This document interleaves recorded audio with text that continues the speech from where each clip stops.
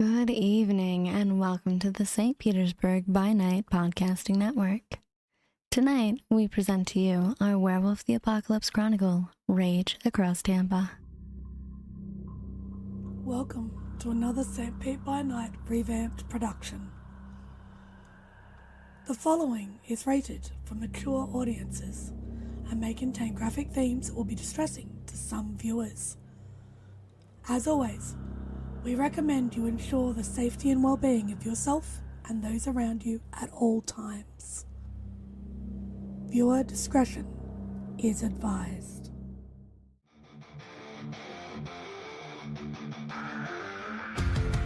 In the heart of night, we rise from shadows, howling at the moon, igniting our battles, cleansing dire of an endless fight, until our final days we will fight. Thanks, man, we stand united as one.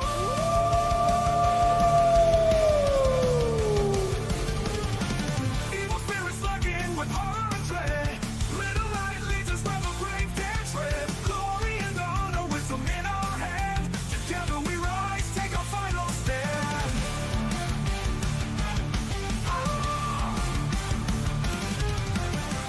Everywhere we run, the wind is at our back. All the warm forces we will track. From the depths of the ocean to the clouds in the sky, vampires tremble as we learn to fight. Rage across Tampa, in this fight we'll stay. Evil spirits lurking with horror and dread. Little light leads us where the brave dare tread. Glory and honor, wisdom in our hand. Together we rise, take a final stand.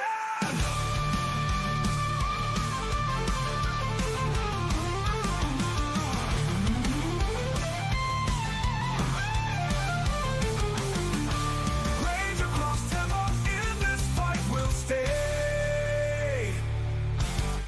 Everywhere with the pack, let the night be our guide. In battles of honor, we shall never hide. Duncan never hide.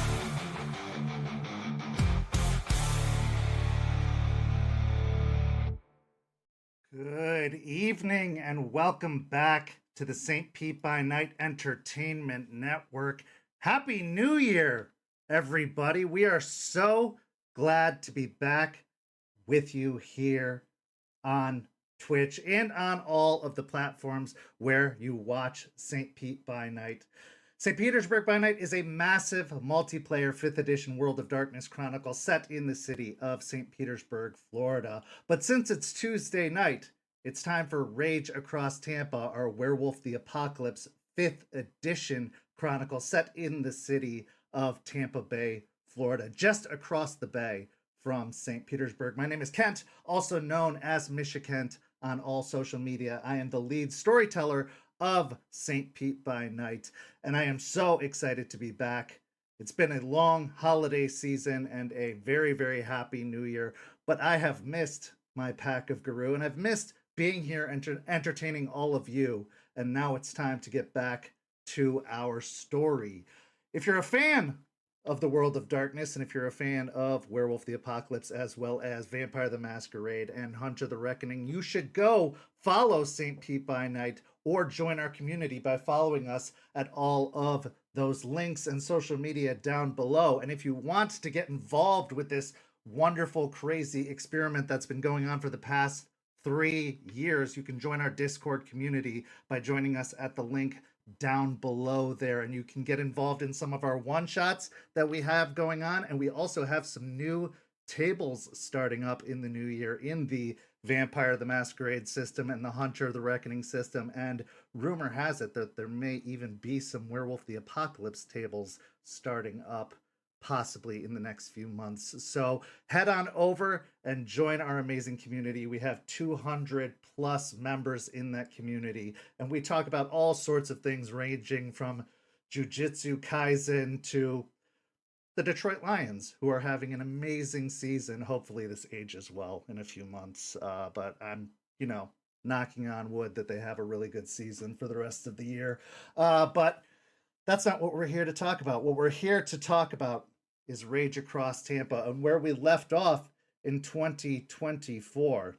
It was the trial of Aspen Weiss, litany breaker, oath breaker, who had to stand before her mentor, Matthias Morningkill, as well as an assembly of elders of the Garou Nation who were brought forth to kind of cast judgment on her for her actions in the destruction of the cairn that was built in Tampa. The destruction, the sacrifice to appease the storm spirit.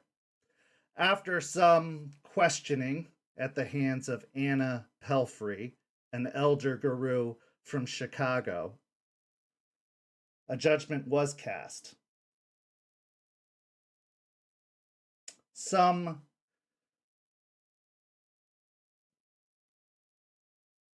actions would have to be taken on Aspen's part to make amends for the damage done. But this is a new nation that they are seeking to build.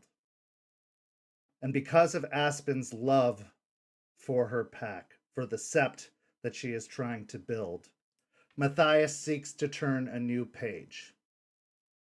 And because of all people's, Charles standing up and speaking out against the ways of the old nation,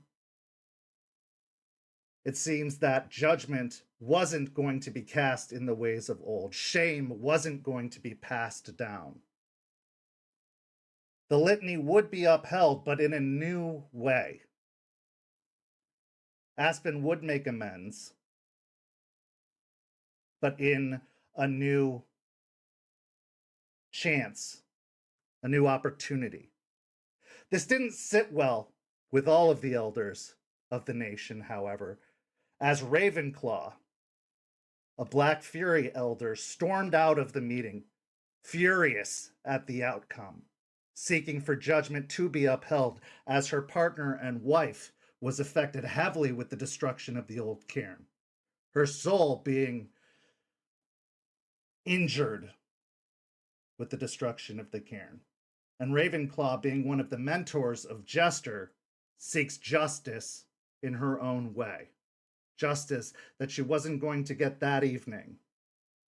And maybe justice that now expands beyond Aspen with this new verdict. But that and more seems yet to be resolved. And all this on the eve of the hunt for Bloody Mary, which still hasn't been concluded. But all that and more is yet to come, as we are on the eve of season 2. And in these last 3 episodes of the season, we're starting at an earlier time, 9 p.m. Eastern, an extra hour of Rage Across Tampa. So for starting with this episode in the next 2 weeks to come, we will be starting at an earlier time. So join us at 9 p.m. Eastern for the next 3 weeks so that you don't miss out on any of the Rage Across Tampa action. But of course, I couldn't do this alone. I have some amazing players who make this story possible, and let's go ahead and introduce those players now. Players, go ahead and introduce yourselves if you please.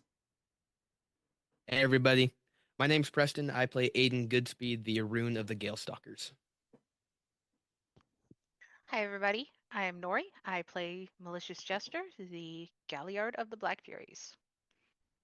Hey everybody, I'm Walks, and I play Lucas Shaw, the Ragabash of the Shadow Lords.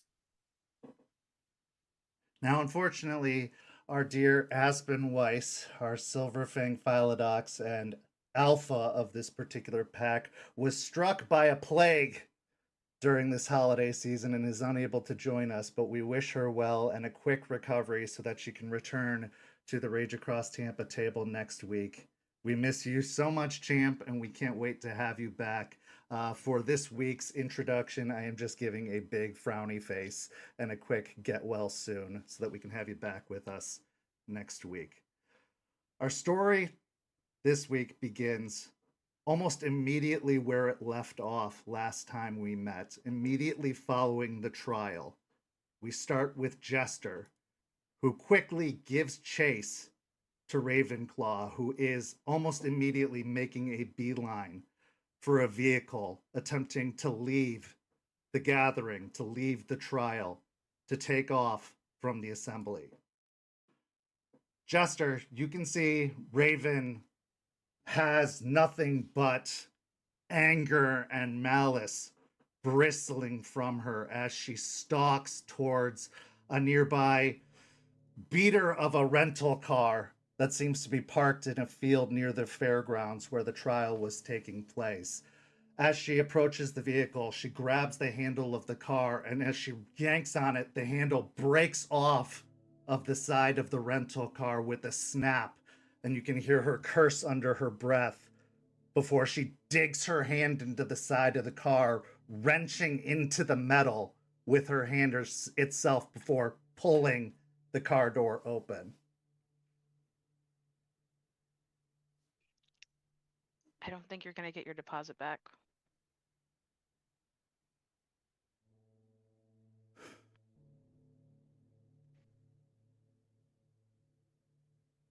That's the last fucking thing I'm worried about right now. What do you want, Jess? Can we talk for a moment?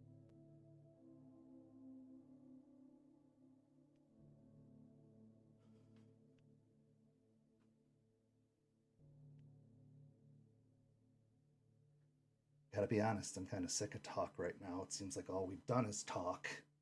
And I'm kind of sick of talking, but I'll hear you out.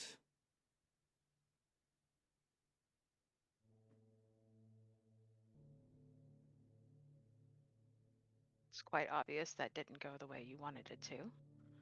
But given that she gets to choose, what can we do to make amends?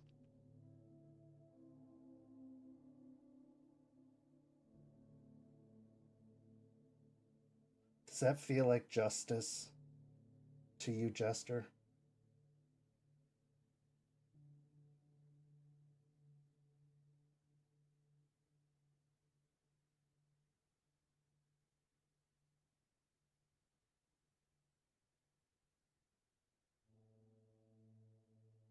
That's why I'm asking what we can do to make amends. Because you didn't get justice, but there's still an opportunity. And maybe just punishment isn't justice. Fixing what happened or trying to make amends for what happened is justice. It shouldn't have happened. If the leeches had destroyed the cairn, that's one thing. Because then all of you would have died defending it. It's okay that we die then. It's Of okay that course more of not. us die. But that's our job. That's what we do. That's why we're here. And maybe that's why we're losing. Maybe something needs to change.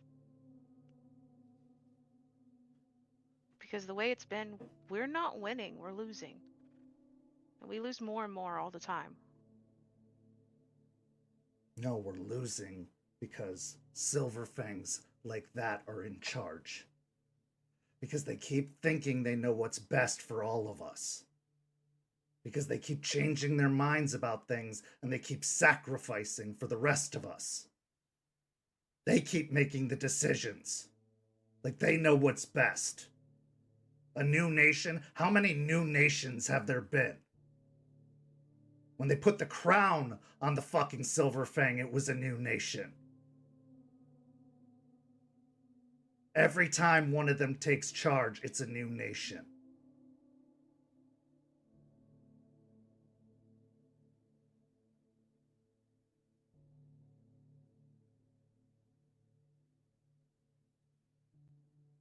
They think they know what's best every fucking time. That's why we're losing. And you know who gets hurt in the process? Everyone else.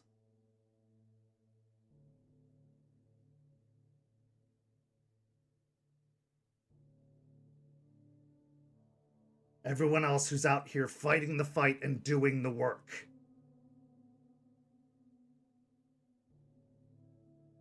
No, it wouldn't have been okay for all of you to die. But to just give it away? Without even a thought, without even a call, without even a consideration? And what, a slap on the wrist? If it had been you that had made the call, do you think they would have gone so lightly? I don't know. Probably not.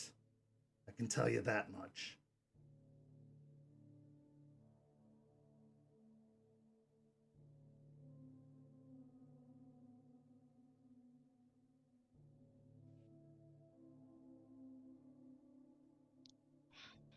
No, it wasn't right. But she also knows it's a mistake that was made. Oh, good. I'm glad she's learning her lesson. I'm glad the young are learning to walk at the expense of everyone else. Good lesson to be learned.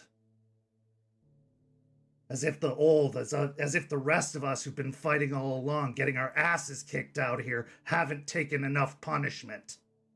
No, but you made mistakes when you were young too, right? Not like this.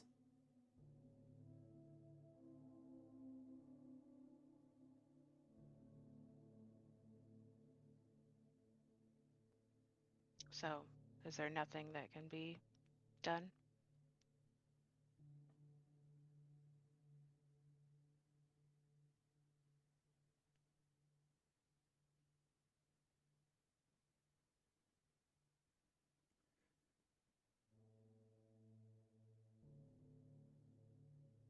They are going down a very dangerous road.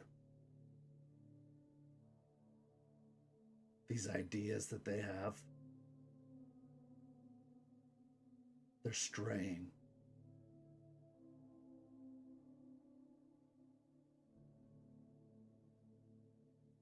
They're walking away from what we're supposed to be doing. We're not walking away. We're still fighting. In boardrooms. No, not in boardrooms. None of this fight here in Tampa has been in boardrooms. Really? Yes. At least from this pack.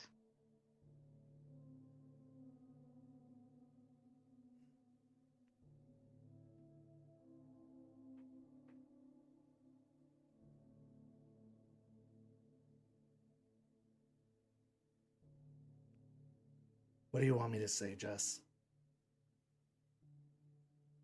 I demand satisfaction, and I didn't get it tonight.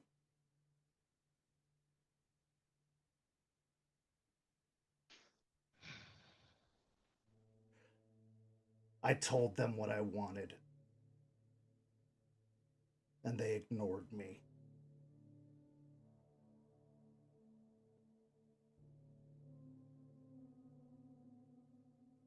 We got Silverfang justice. And pathetic Silverfang justice at that. So sure, what, they're gonna come lend a hand and then leave again? They're gonna, what, say some pretty words or send some money? They're gonna come apologize? What, we didn't even get a fucking apology. Not even a fucking apology. She couldn't even say she was sorry.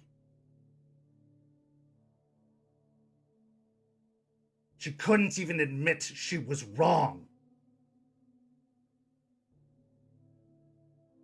Because she doesn't think she was wrong. They never do.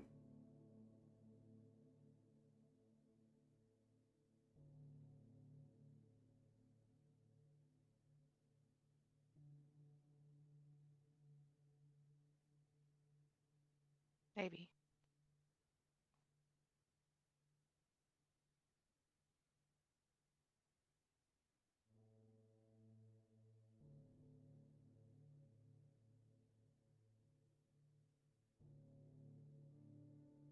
We were with you when you needed us.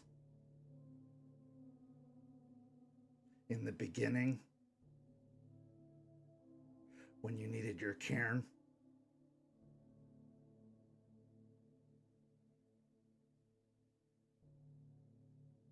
So you have a choice, Jess.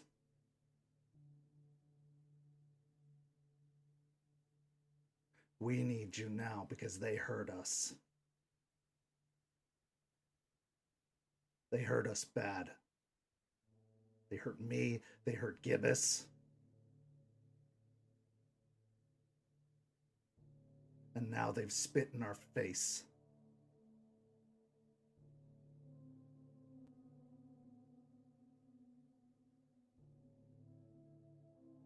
So, do you want me to abandon them?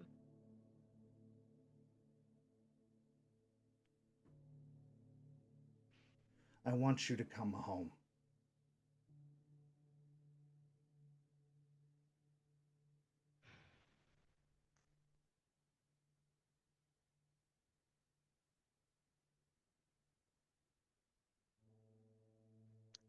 Unless you prefer this way. Because what they've done to us, they're gonna do to you.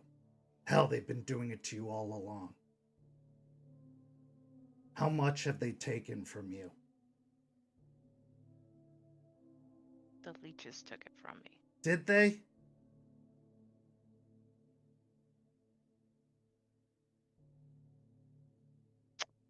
Yeah, it was Bateman who took my name and arrested my friends. It was Bateman who twisted my boyfriend's mind and turned him into... And who's fought to get it back?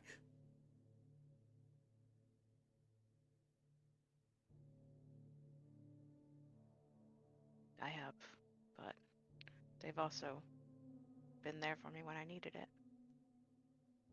With pretty words and empty apologies.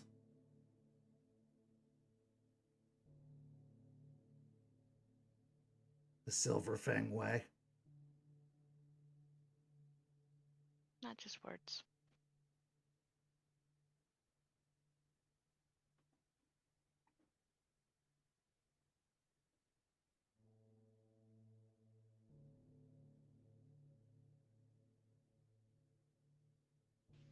Abandoning them isn't going to help them make better choices in the future.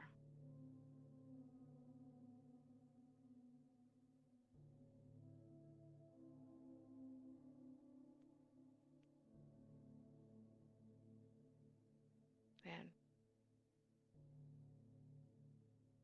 what's left of the nation doesn't seem to be working any better than what was the nation.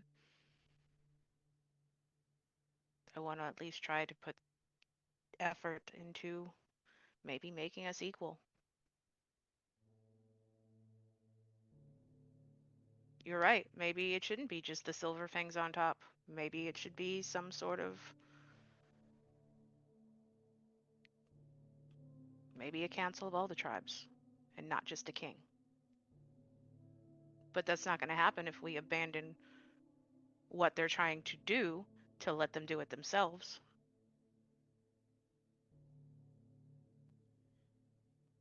You were the only one who was honest at that council.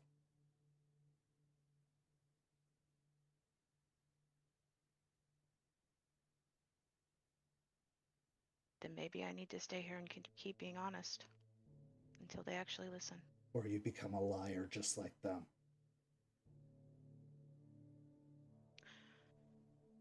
I don't think I'd be a Black Fury if I became a liar.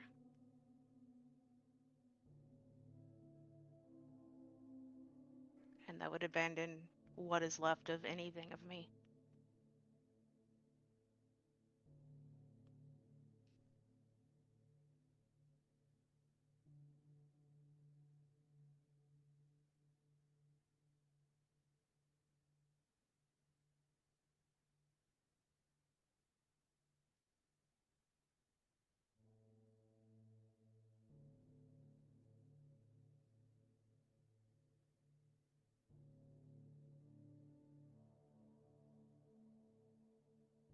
if you support her.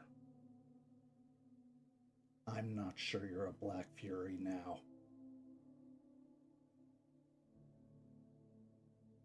Guess then I'll have to ask Gorgon about that. See if she answers. I will. At that point, Ravenclaw rips the door open and climbs in, slamming it behind her. The window shatters as she does. She jams the key into the ignition. Goodbye, Jess. Bye. She turns on the engine. She drives away. We transition to another part of the fairgrounds. Aiden, as the crowd's dispersing, you find yourself off to one side with Duncan, your mentor, his long red hair falling to his shoulders. He kind of puts a hand on your shoulder. I know that was difficult, but you did a good job. There's a couple times I wanted to stand up and do something not smart. But you didn't.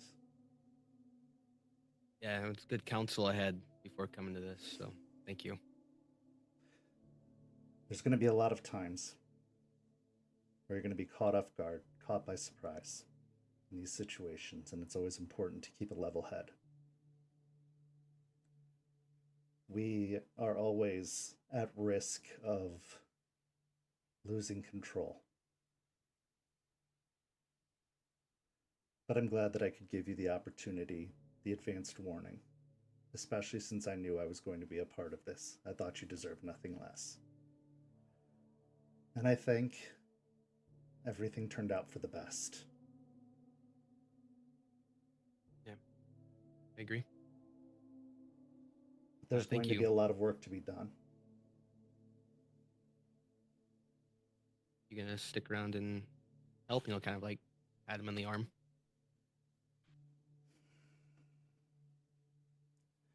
Well, that depends. You're asking, but it's not really on you to ask. You're right.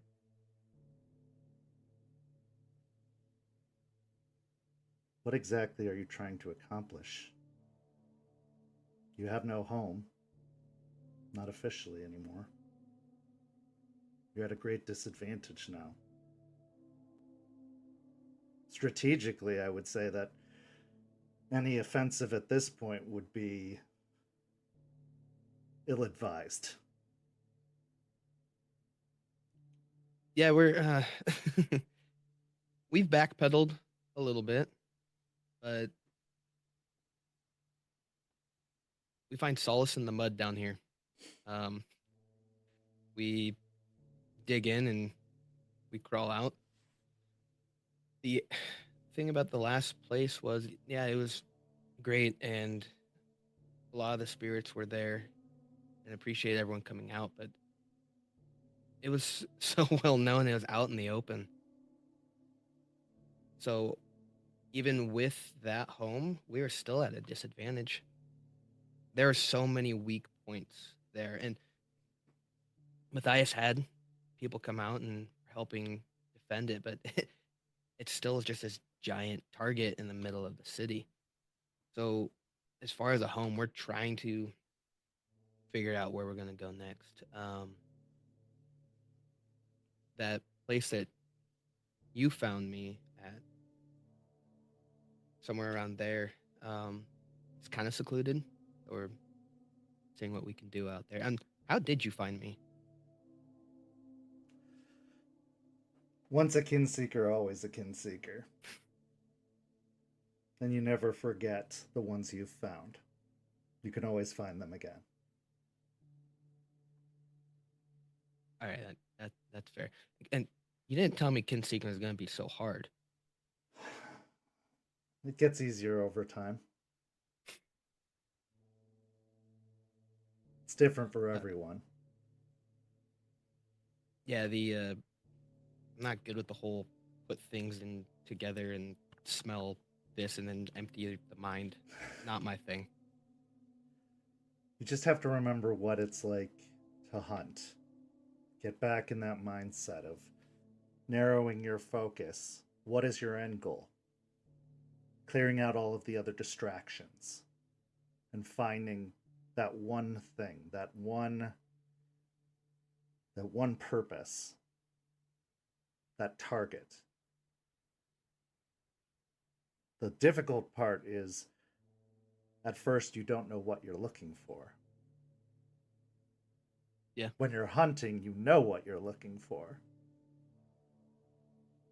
But when you're kin seeking, you're not even sure exactly where it's going to be or what it's going to be, how it's going to show up. But eventually, you'll get a knack for it. And the most recent one, I showed up at a school, and I'm not good at lying. I tried telling him that I lived at the school. They didn't buy it. I can't imagine they would. Yeah. But overall, the thank you for the sentence that you did agree to. It meant a lot. I can see that the world is changing. I can feel it. And like some of the others, we have to adapt. We have to evolve. And if the old way worked, we wouldn't be where we are. Do I think that we need to change as swiftly as we are? Not necessarily, but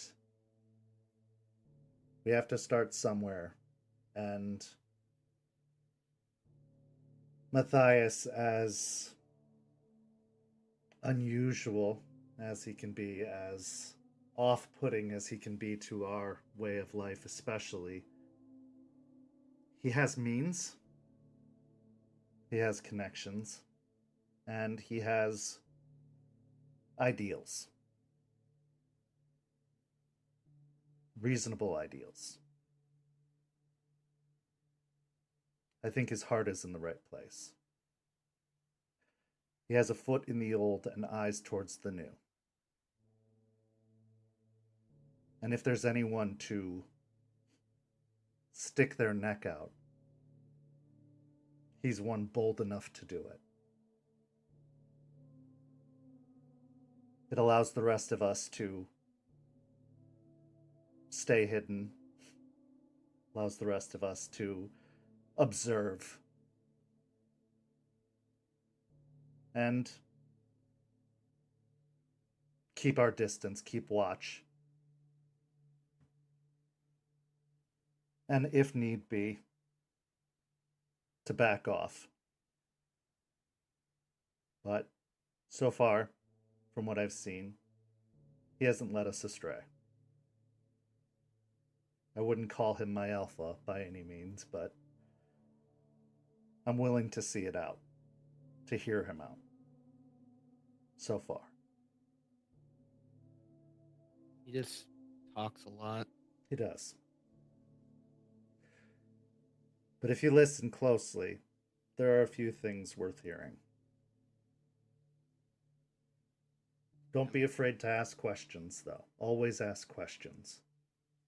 Always do. Good. Even from you, no question is too meaningless. Or no question is meaningless, I should say. Okay, I was like, wait. It's been a long night. Day. It has. I had a lot of interactions with Silver Fangs of late. There's Aspen, there's Matthias, and then he'll kind of point towards Charles. And that's the dude that's been kicking my ass for the past few months. Not what I'd expect. He hits harder than he looks. That don't be fooled by the suit. It's a terrible mistake. Appearances can be deceiving. Yeah, he there was an issue we had with the cult, and we had already done some things earlier that day, and I hadn't done my hunt yet, and so I went out to go do that. I left my phone. I was in my lupus form, so I had no idea. Later that night, good old Charles came and found me and pushed a good chunk of my buttons. So him and I had it out. Um, I was holding my own as I always do. But he at one point we got really close, and he had this heat come from like its chest, and it like actually burnt me just being in the embrace itself. I'd never felt anything that severe before. It is a very dangerous gift. It is not one typically used in practice, let alone against another Garou. But he looks over towards Charles. He clearly was trying to send a message. It was graciously received upon pulling me out of the lake because I slipped.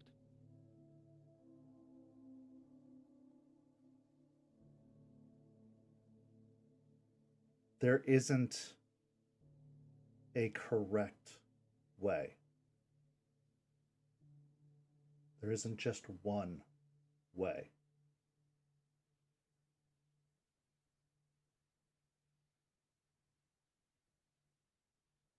If there was only one way for things to be done, there wouldn't be tribes. There wouldn't be moons. Our differences are what make us what we are. We need our differences. I don't know what lesson he was trying to teach you, and I don't need to know. But don't forget that you have value, and the way you do things has value. Gaia picked you for a reason. She didn't pick you to be Charles. She didn't pick you to be me. She chose you because of who you are, because of something that you have to offer. What makes you unique? There is not a specific way to be in a rune. We have a lot to offer and we have a lot to teach, but these are strategies. These are things that we've learned. Traditions, perhaps.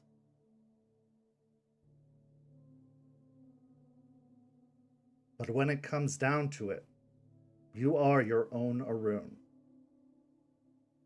And in the fight for your life, in the fight for Gaia, you have to trust your instincts. Our traditions, our teachings can only save you so much.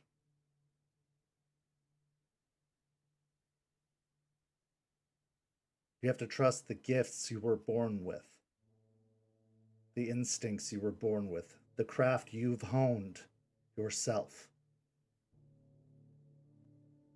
Everything the North Wind has taught you, everything being a lupus born has taught you, because some of the things that you've learned, some of the things that you were born with, Charles and myself will never have had, could never have learned,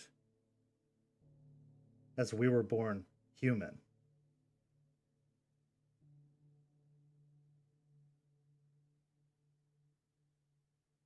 Do you understand? Yeah. Just trying to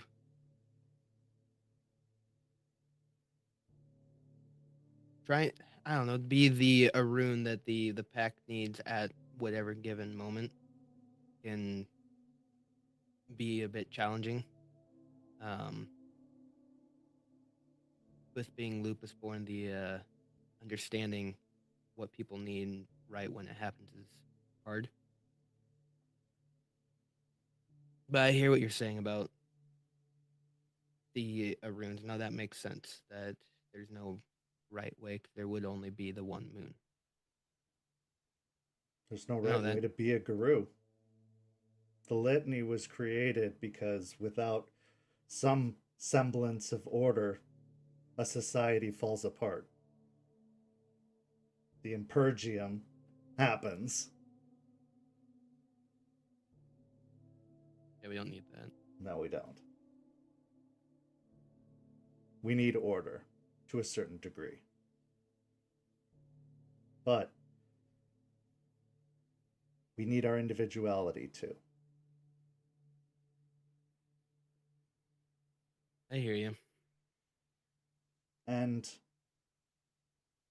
what brought you here? You are the Arun this pack needs, because it wasn't by chance that you ended up here. You were brought here for a reason. You were summoned here for a reason.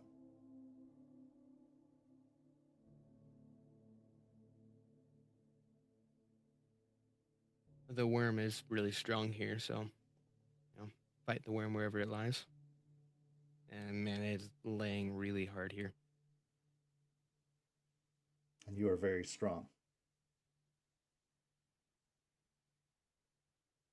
I try. I've been training my ass off, man. I believe it. We remember that one leech I told you about who can like fight during the day? Yes, Mary. Yeah.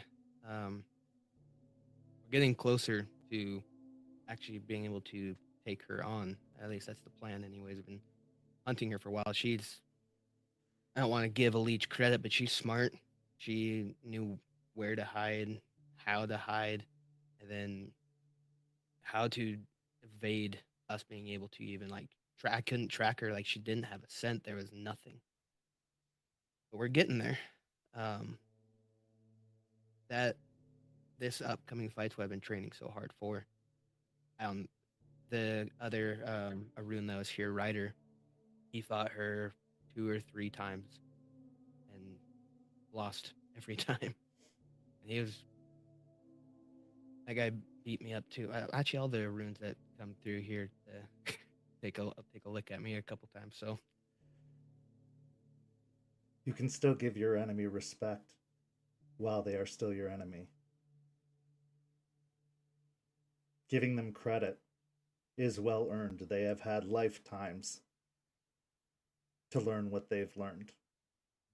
This Mary, I couldn't even begin to know how old she is, but if she has used that time wisely, perfecting her strategy or her ability, that is worthy of respect. But in the end, she is a monster and must be destroyed. But there is still respect to be given, because if we don't offer that respect, that is offering an advantage to them that they do not deserve. Not giving our prey, our enemies, respect means that we open ourselves up to their strengths. We don't take them seriously. And that's how they beat us. So give her credit. She has survived this long for a reason. If she has beaten back Garou that you consider stronger than you, she deserves that credit. And should be taken very seriously as a very serious threat. yeah, we're trying to take every precaution we can with her. Really trying to go for not trying to do a one-on-one with her. Try to get the whole pack involved if we can. So what have you learned from the previous encounters with her? She always dictates where the fight's at. She hardly ever shows up alone. She has um not leeches, but like leeches. Thralls. Those. She shows up with those. Tactically, I don't know if she scouts an area out first and then coerces people to go to those areas or what. But if we can dictate where the battle's at, that's going to give us an advantage on a fight against her. Very strong. A straight up fight probably isn't going to bode well. I think numbers are going to be our advantage. It's just, I don't know how many thralls she has at her disposal. What do you know about this last fight with Ryder? What were the conditions of that conflict? They were in the prison, cement walls, small corridor area. Ryder had his klaive. He was using that against Mary. At the end of that, Ryder had part of it lodged into his chest.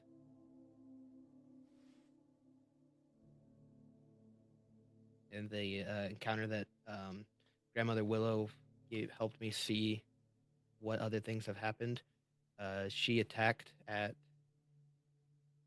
Karen and just overwhelming force, and that's when Ryder gave chase, and they fought for like 3 days or something like that. So from what you've recounted, in both conflicts, they were one-on-one fights. Right. That's something to consider in your tactic. If you We have take a her one-on-one, you will be at a severe disadvantage. Also, if you get in close, it seems, you could be at a severe disadvantage. So perhaps consider weaving attacks in and out. Okay. We have two like klaive against a wielders bear. now. If the pack Oh. were to go against a bear. Multiple angles. Correct. If you get in close to the bear, if you get within its reach, it's dangerous. But if you can stay just out of reach, alternating attacks from various angles, this could be to your advantage. But this is why it seems that she likely brings all these extra to keep you off balance.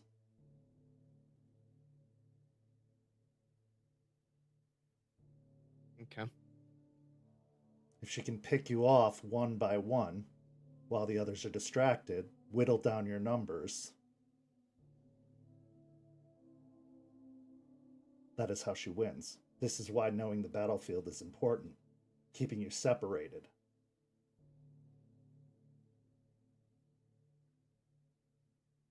Leading you into positions or situations where she can separate and eliminate you.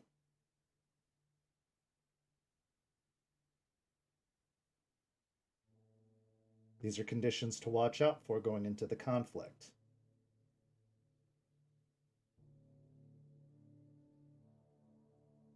Right. So need to find a way to attack and defend. You should always be on the defense to have a good offense. Right. Especially if you are walking into her territory.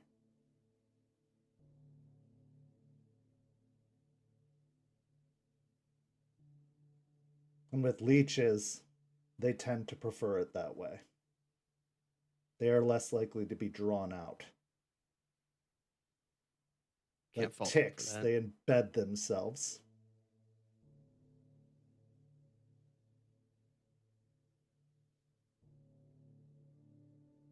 You are the Arun.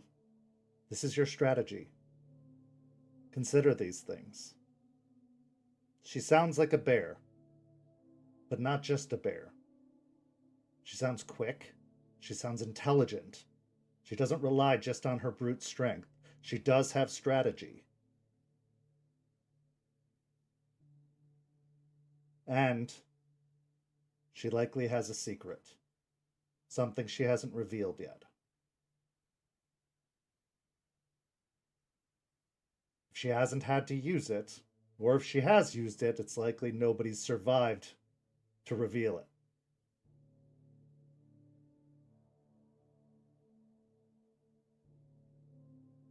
Okay. We'll find out the secret, learn a weakness, then exploit it. Just finding the weakness. That is one thing the leeches take a great deal of pride in, their ability to keep secrets.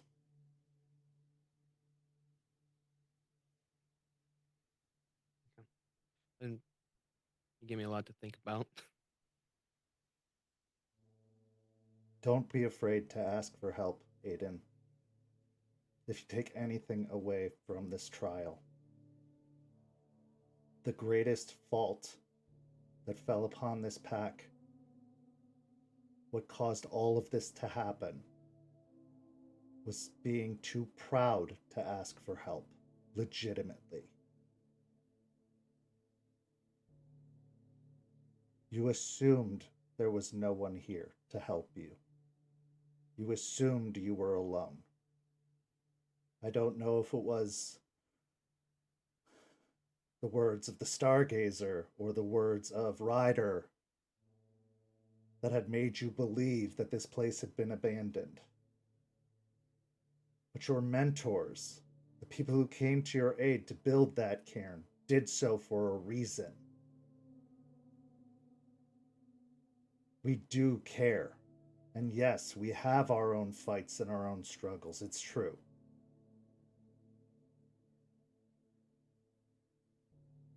But we are a nation, and we do care. And we are here to help. You just have to ask. We can't help if we don't know that help is needed. We aren't all omniscient or omnipresent. Yes, we work with spirits, but we ourselves are only part spirit. Spirits are confusing. That's Very all much they are, so. and they're mean, and they call you names, and they do weird riddles, and they expect you to know them. Most of that is true, but I'm not sure what kind of spirits you're dealing with. Assholes. All of well, not all of them, but some. Must be a It's Tampa Florida. thing. Yeah. Well, this place has been mistreated for a while. And I'm not sure that's going to get any easier with recent events, but don't be too proud. And teach that to the others. I'll try. Teaching it more of like how to hit things or get hit. Good at that. But you can But set an example. I can do that. You can lead by example. Suggest asking for help. I will be in town for a few more days. Perhaps I can do a little sightseeing or a little bit of hunting of the local delicacy. I haven't had gator before. That's a fun hunt. So while I'm around, perhaps if your alpha is in need of some extra assistance, maybe as a distraction for this upcoming hunt of yours, all she needs to do is ask very convincingly. I'll talk to her. I know you will. But speaking of things to eat, there's a little burger stand about a mile and a half down, maybe further. You're up for a run? Sounds and wonderful. you pay. I think I can do that. Cool. After this day, it seems only fair. He'll drop down to Lupus and start taking off. As the two of you head off, looking for something to eat, we transition one last time within the fairgrounds to Lucas. Lucas, before Anna Pelfrey can make her way towards Matthias and Charles, who are about to head off for the evening, you manage to take her aside for a conversation. She stops to regard you, her hair done up still very nicely, her professional attire still just so, but she does agree for a side conversation, stepping off to talk to you. Matthias agreeing to give you space and heading over to his car to climb in, Charles doing the same. Lucas. Counselor. That was a thing. Indeed it was. Kind of surprised that you would come down here for this. I have to admit, when I was first approached about the whole matter, I wasn't interested. But after conversation with Mr. Morningkill,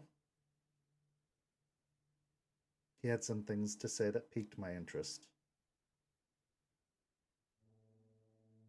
Yeah, this place has got a real weird thing about pulling people into its orbit that you wouldn't expect to be down here. I mean, I'm sure you were shocked when you heard my name tied to this. It was unexpected, to be sure, but this place has more than one connection to Chicago. Sounds like a loaded statement. Edward Bateman.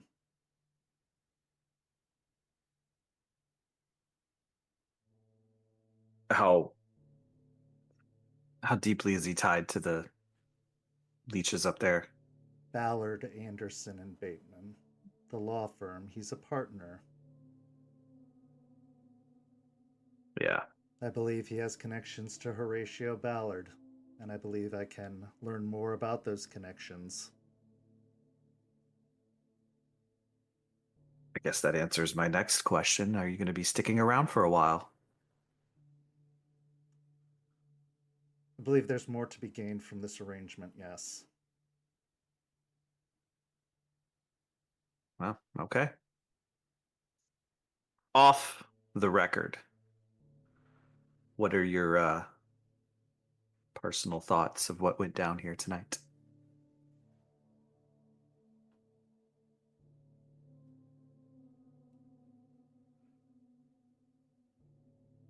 She got lucky.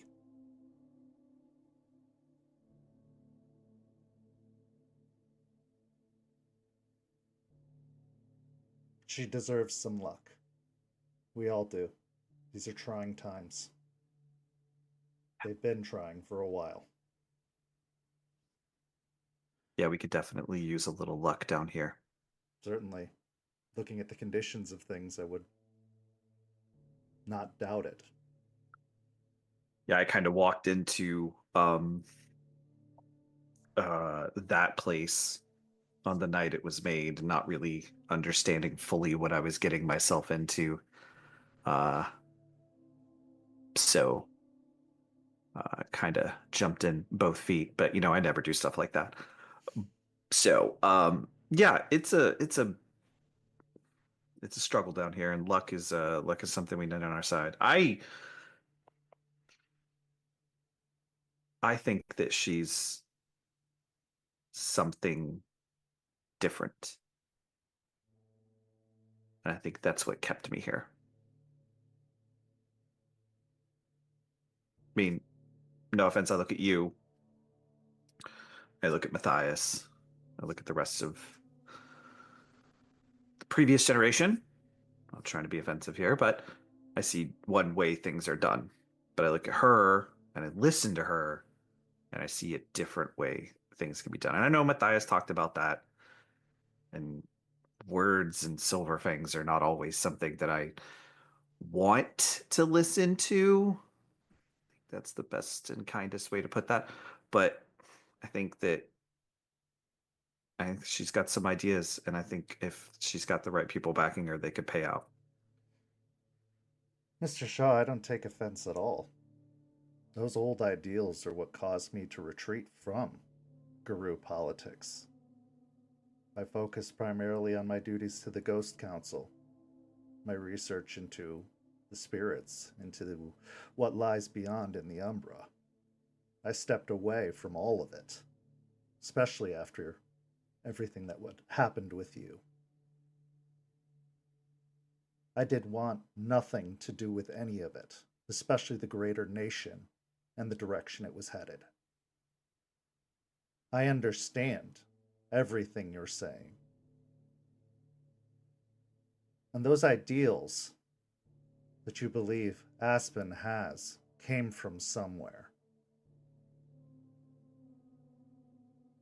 You have to understand that.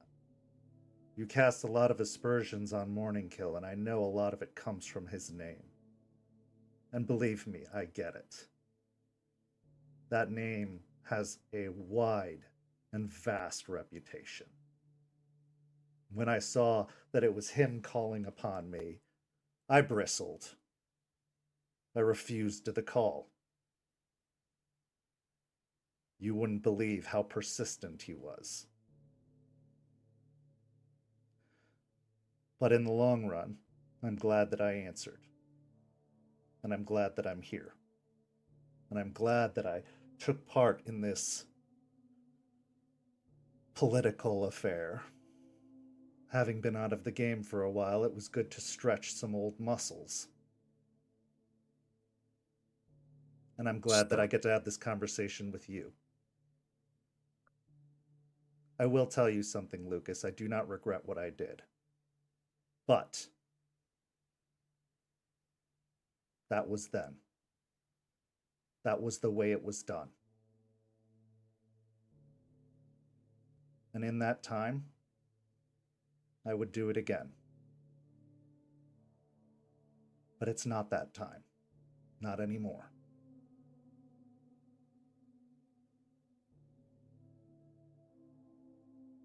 We both have changed and learned from that experience.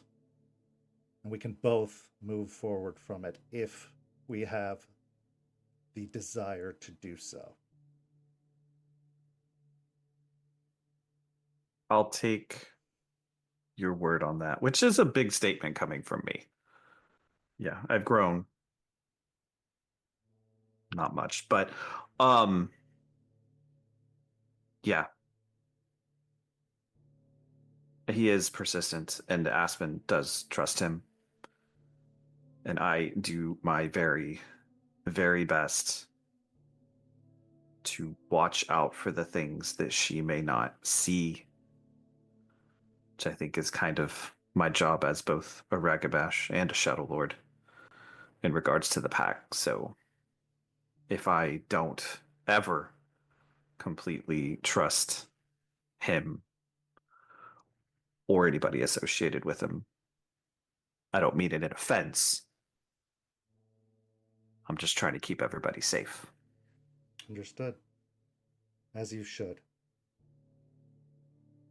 Don't make those shadows longer than they have to be. It's fine to see shadows where there are some, but stretching them, elongating them, or chasing them when you're ordered not to, that is where it becomes trouble. That's going to be the test. It is. Do you still talk to anybody back at the Sept? I'm still a part of it. I would hope so. Have you talked to Joy?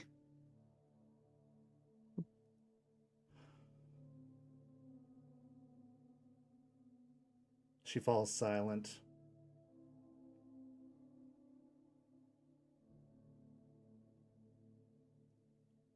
Not in some time.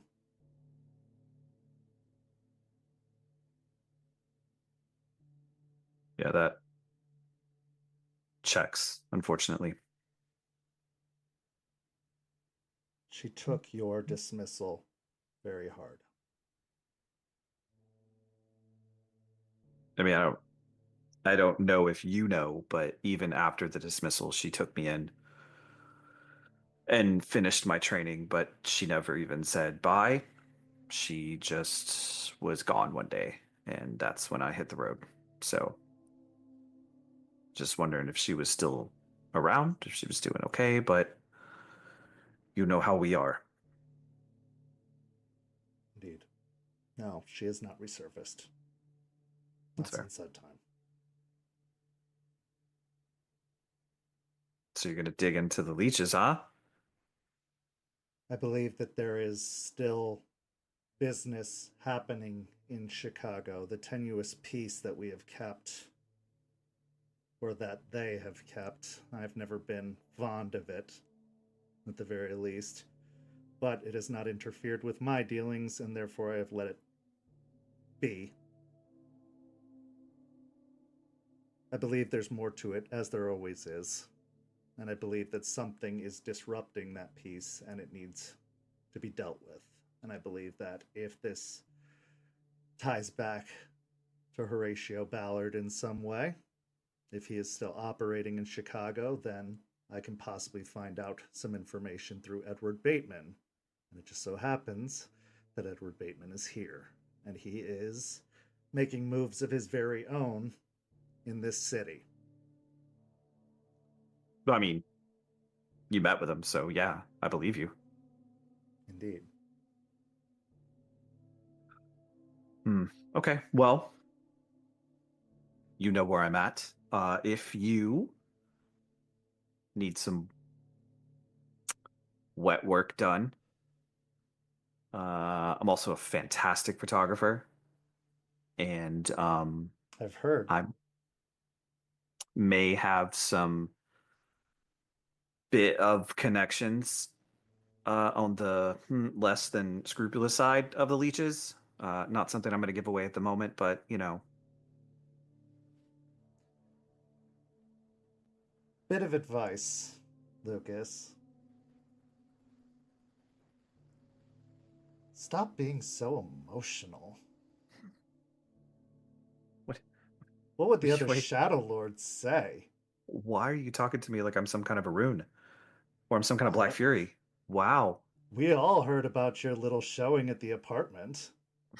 Yeah, that was not. It was very, very unlike you. Hey, listen.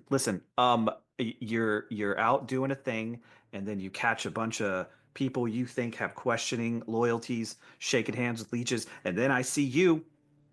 There's a lot of assumptions that could pass through somebody's mind at that point. And I just went to ask some questions, and I got yelled at, and I'm the victim here. I don't know why everybody thinks I'm not the victim here. I'm the victim here. Um, but yeah, you're probably right. You know what they say about assumptions. Yeah, you're probably right. So I'm gonna have to face that one sometime soon. That's not gonna be fun, but I got to do it because despite all of that, this is still my pack, and I really don't want them to kick me out. I'm willing to have a fresh start if you are. There's new business afoot. We are trying to start something here. And I believe you still have a great deal to offer. Let's both start at 50% and work our way up from there. Deal. Deal. Okay. Uh all right. Well, you be careful, and you can bill me for this. There is 0% chance I'm going to pay you for it, but you can't bill me for this, counselor. So yeah. Luckily, Actually, Mr. Morningkill's been picking up the tab so far. I believe he will continue to do so as long as I am in town. just bill Aspen. Bill Aspen. Oh, I've seen that credit report. Trailers? Really? Student loans. Yeah. Yeah. Yeah, I'm going to work on that too. You have a wonderful night and enjoy Tampa, or it will enjoy you. Neither will be occurring. Good. I hope so. As you part ways, she climbs into the luxury car and drives away. We're going to transition to our final scene of Act 1, which takes place a few days later in a modern apartment. Jester, you've been staying with Charles in this apartment building for the last few weeks now, ever since he found you wandering in the woods and took you in. But what people don't know is he, as a favor to you, has now put up Chloe, your friend, the Ghislaine. So we find ourselves in one of the similar apartments, although this one is much more lived in. Chloe has been staying in this apartment a few floors down and down the hall from Charles's apartment. The apartment, while furnished and a little bit more lived in, has a throw blanket across the couch, has some pictures out and about. There's a nice spread of snacks on the table, and you and Chloe are comfortably on the couch. The TV is on, watching some fun reality show, and the two of you have just enjoyed a nice evening together and are just relaxing after the crazy few weeks you've had, just enjoying each other's company. Chloe, looking over towards you, seeing you distracted, lost in thought, says, "Hey, Jess, Hey, what you thinking about?" Colorado? "Why, you going skiing?" No. Um, Thinking of my old sept, really. Septs, remind me, that's the, not pack, which is the small, like, you and Mm-hmm. Aiden and Aspen and Lucas, but it's like the big bunch Right. of, okay, right. I need Yeah. flashcards for this. I mean, I can't write it down apparently, but if there was some way to reference it, okay. Anyway, Well, but Raven and Gibbous, right? yeah. Still bothering you. She, yeah.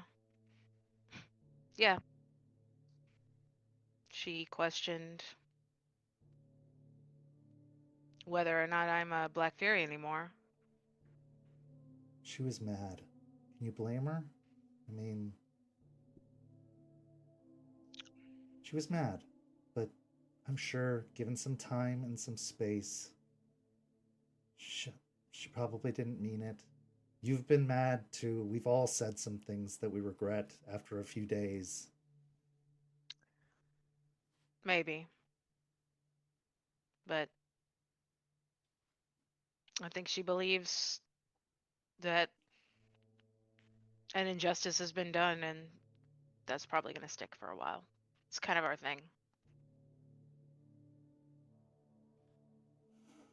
So what are you going to do about it? I think I'll write Gibbous a letter. I need to reach out to her anyways. Saying what? Apologizing, to start with. Offering if there's anything we can do to make up to for it. Same thing I offered Raven. Why you? because they're like family to me. But you didn't do anything. But my pack did. And?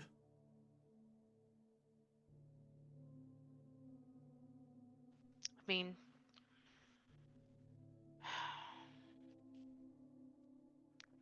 Jess, I want you to take a minute here, okay?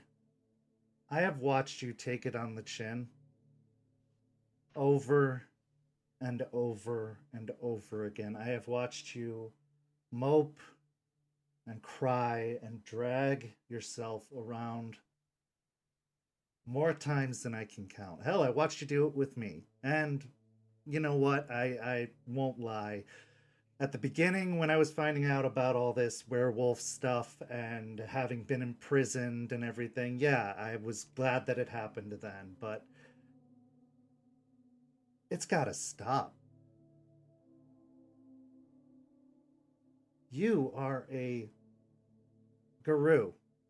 Not even a werewolf, because as I'm learning, that's like derogatory, but like, you are a proud, powerful warrior of Gaia, right? That's what you're supposed to be.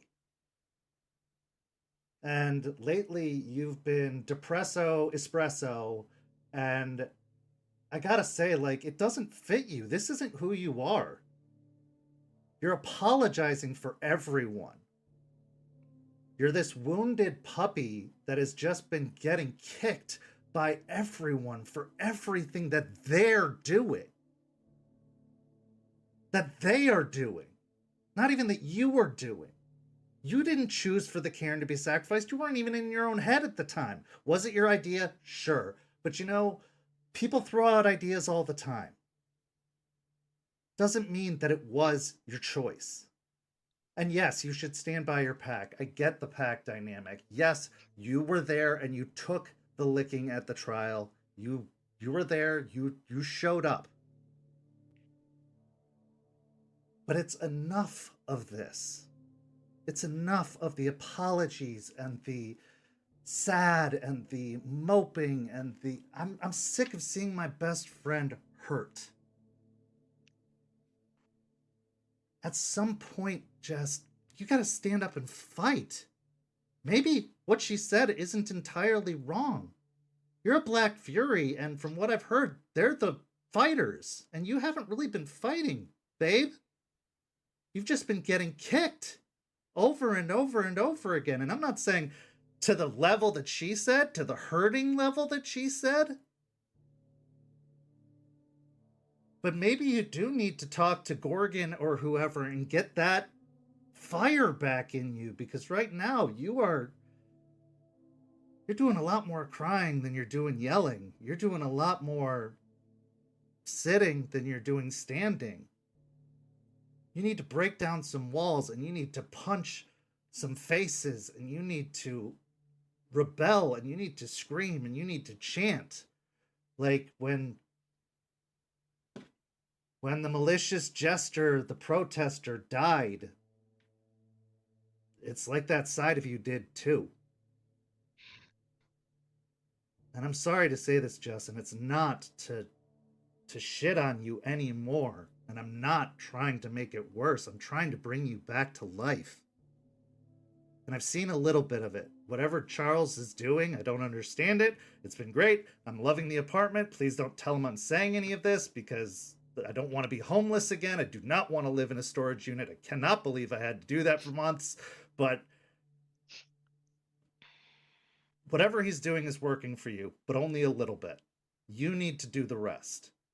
You need to meet him halfway or 75% of the way or whatever, because you are dying and have been, and they are trying to pull you out of this, but you need to kick it up a notch. Get mad, Jess. These people are fucking you over. These vampires and these...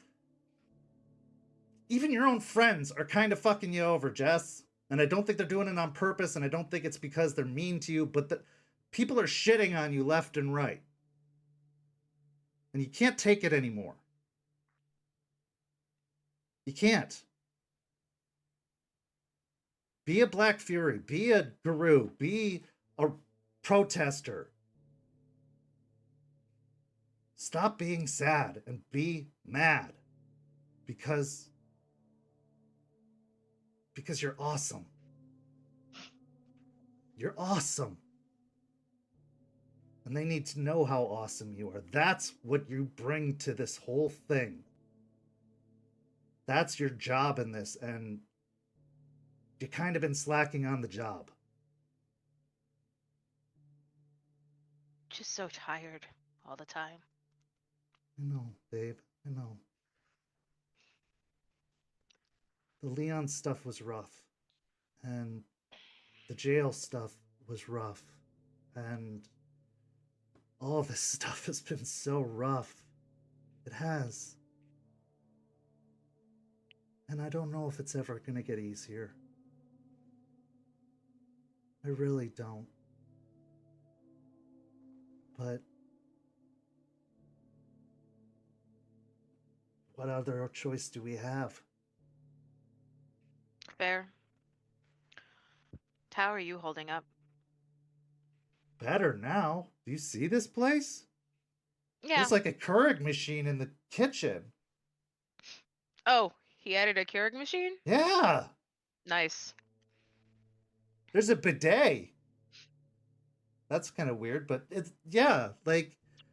Okay. Yeah. But it's just stuff. But like, we make the best of what we have. Yeah. But And we take those victories as victories. We stop seeing everything as losses, which is what you've been seeing.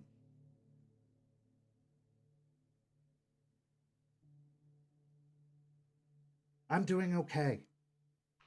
Why? Because I've got my best friend. Because I've made new friends. Because I'm still alive. I'm not in jail. My life's changed, but some of it's for the better, to be honest. I see the real world for what it is. I'm not living a lie anymore, a lie that I didn't know. I'm actually helping fight the real fight for Earth, not the superficial. I wish I could tell people I really do. That's the hardest part of all this, is I wish it could open more eyes and get more people doing the real stuff, but I know, I understand why we can't, but yeah. that's the frustrating part for me. But we do what we can, and we nudge a little bit the right way. We point them towards the real targets gently. Yeah. That's what I was trying to do without getting you guys too involved. I'd hope. If we didn't want to do good work, we wouldn't have done it. I know. It's not my fault. It's Bateman's fault. Yeah. Bad The guys other are bad leeches. guys. So now you get mad at bad guys. Don't let them hurt you. That's how they win. Yeah. I know you're hurting, and I know you're tired, and I will be here to help you rest and to make you laugh and to wipe away your tears. But when you're out there with them, you need to be pissed off, and you need to rip their goddamn heads off. And you need to make them laugh and like make them smile and sing them songs. Because that's what galliards do. Or so Eliza says. They sing the songs. They stir the spirits. They tell the stories. And this is turning into a crazy ass story, and you're missing it. You know, as weird as you think he is, he said similar things. Well, he's not so bad. Kind of bland. in a weird Patrick Bateman American Psycho way, but It's not far off. I see the way he looks at you. He seems to care about you. He wants you to do good, and he wants you to be okay. And that's something.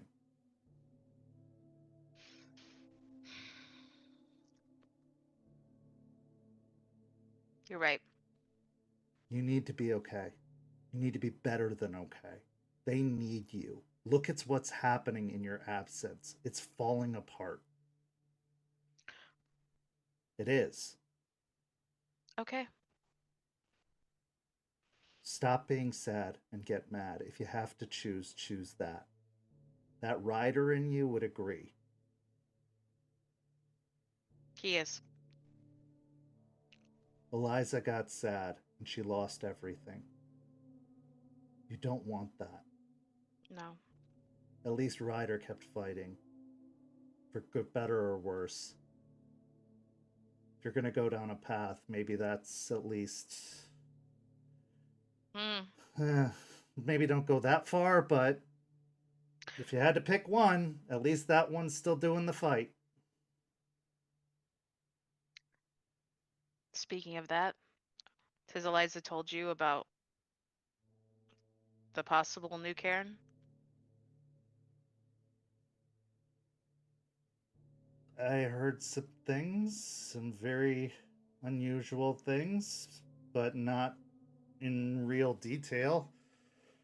She said, I've really just overheard her kind of murmuring some things, a lot in her sleep. Well, what'd you hear? She talks to someone, or several someones. I don't know. Sometimes in languages I don't understand. But when she does talk, she's explaining, or she's asking questions about how it's done, what needs to be done, the ritual, the rite, something about the new moon. She's repeating a mantra. That's part of what I don't understand.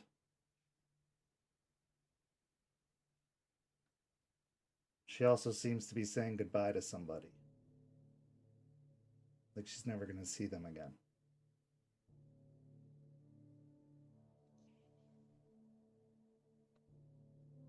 That's the sad one. Yeah. So the way she's explained it with the new Karen, if we fully open it up to where we have access to all its power and connect to it, we'd be binding ourselves to it forever. As in, when we die, we'll continue to guard that Karen. Supposedly as a tree, so I'd become a tree, which is weird.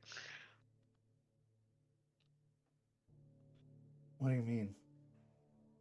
I mean, like there are afterlives, right?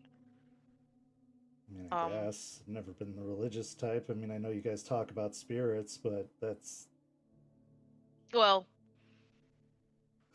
so there's a lot of conjecture or argument with Garou of whether or not there are, but I mean, Ryder came back from one, so there are afterlives. Like, there's things to move on beyond this place after we die. But if we open the Cairn fully, we'd be binding our souls to it.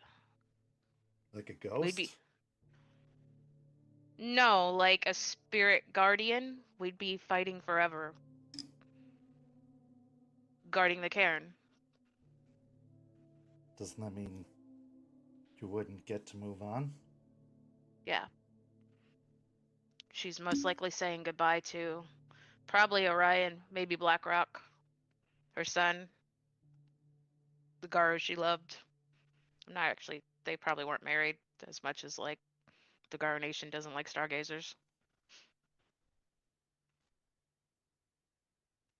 Oh. Is that something you want to do? I don't know. Honestly, like when it was first proposed, I was like, I guess why not? But It's kind of a like big deal. it is. I mean, I would continue to fight even past dying. So, it's not such a bad thing, especially since like feel like Gaia needs as many fighters as or warriors as possible. But I wouldn't see anyone else again except for my pack, I suppose. Maybe who's already there guarding things. After what you told me about that argument with Lucas, I'm not sure that's a great thing. Right? Also doubting. But Lucas isn't the only one. Don't you want the fight to end one day? I mean, I know I just told you, like, get mad, but that someday the fight's gotta end, right? I mean, I that's the mean, just reward, isn't it? Like, that's it's again, I'm supposed to not be. super religious, but like the goal is that at the end of all this you can rest and there's like a reward, you know? That there's peace at the end of it all. So, it's not just really Leon and losing everything that's kind of been bothering me lately.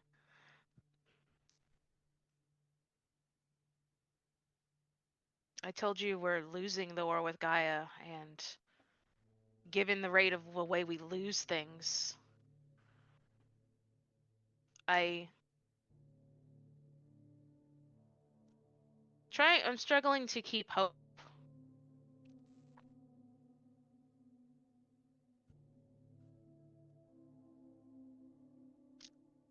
And I don't know. There's this worry for me about like if there's not enough people to fight and we lose, everything's lost. Even those wonderful afterlives, they're just gone. So maybe if I continue to fight, it gives a better chance. I want to tell you something about a crazy thing that's helped me with that, because that's like nihilism, right? So Mhm. easy to get caught up in all of it. I kind of went through ebbs and flows of this, especially the more I got into protesting and like researching about the damage that's being done to the planet and nuclear war and all this kind of stuff. It's really easy to fall into the pit of like, what's the point? You know, it all could end any minute now. Like, but what does it matter? You're not going to notice when it does. If it does happen, when it does happen, after that, it's not like you're going to have to be around to deal with it.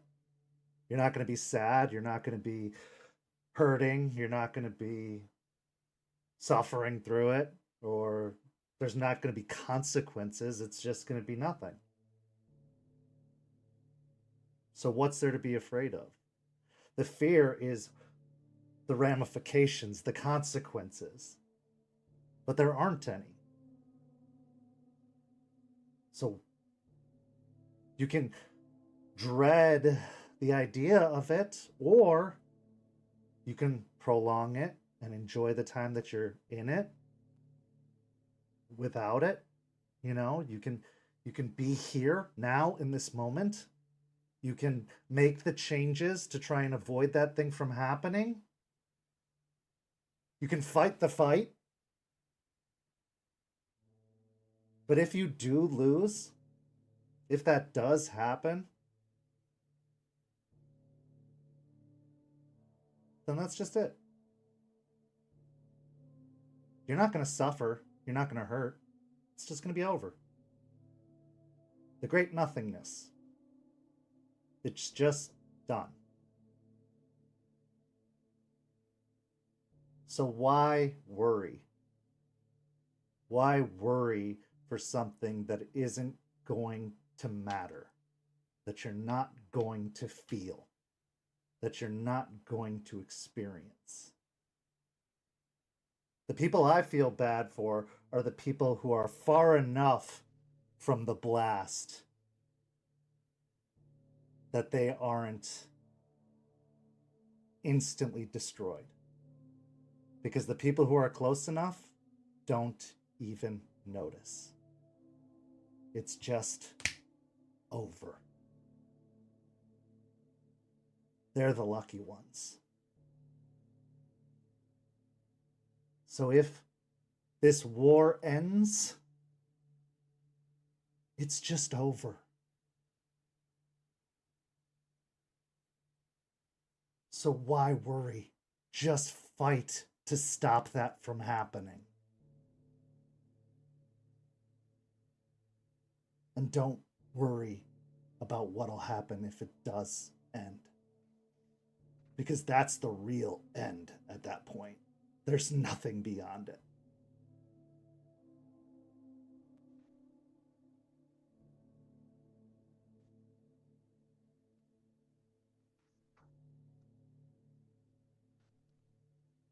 You always were the smart one.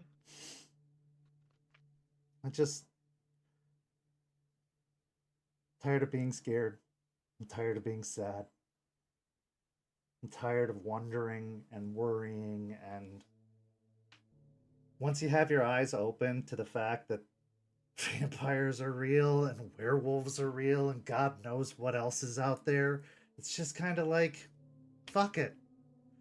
I'm just going to dive in and really immerse myself in this stuff. Like, I'm listening to everything Eliza has to say and reading everything I can and really embracing it all for what it is, because I'm going to make the most of whatever this is for as long as I can. Because, yeah, maybe this is the end of it all. Maybe we are on the precipice of what she's called the apocalypse. And if that's the case, then live like it is. Not in a destructive, harmful way. Not in a bad way. In a good way. In a positive way. Fight the apocalypse, but fight it joyfully. Joyfully? Yeah. Make the most of what you have? Yeah. Laugh as you rip their heads off. I would. Not in a maniacal laugh, but like a, I'm doing good. That's one less thing that's bringing the apocalypse about.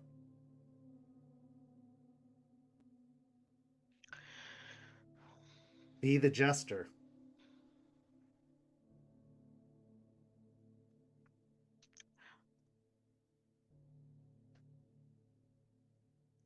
So,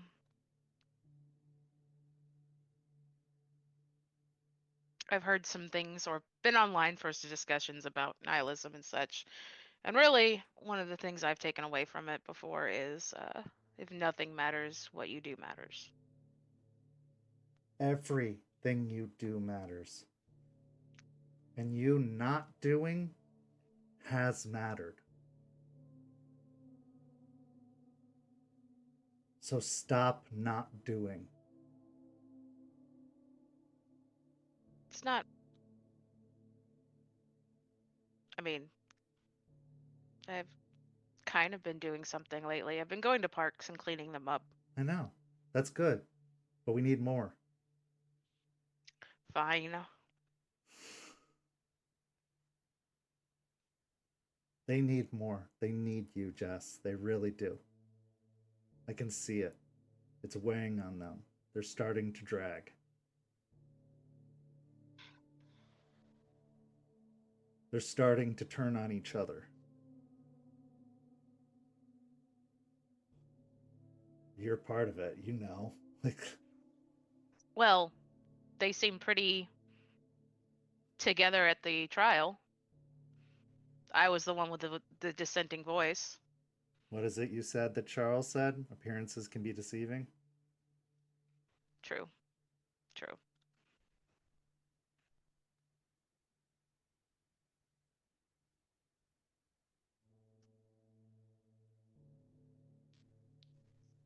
You can't I'll try.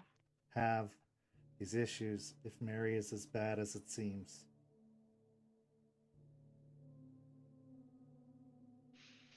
Fair. And the spirits, that's a whole problem that needs to get fixed right quick before this fight. I don't know how to fix that. They like songs. Maybe. They like jokes. True. They like joy.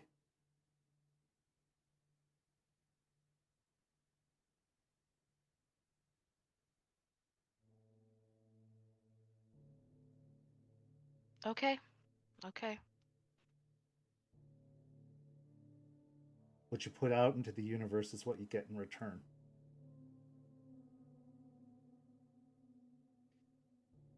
I know you got a lot of sadness in you. I know. And it's all understandable. But use it for something else. Turn it into something else. At least for now.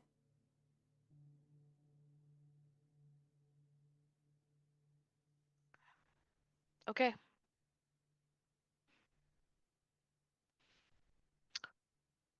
What do you want to do with all this knowledge that you're getting? Like, what do you want to do? I don't want you, like, stuck here just, like following us blindly because you're Ghislaine and we're Garou. I don't think that's fair. Like, I'm you not have. following you blindly. I'm doing what I need to do. This talk, this night, this is what I'm doing. I told you that I would follow you wherever you went, and I'm doing it. I'm serving you. That's what the Ghislaine, or I guess they called them kinfolk of old, did. I don't like that word. Well, fine. Let's not call it serving. I'm supporting you. Okay, better. And I will support you. I know I don't have the powers and the, of it all, but there are other ways I can help. I can go places you can't go. I can do things that you can't necessarily do. And, get by undetected. Maybe not lose my temper as easily.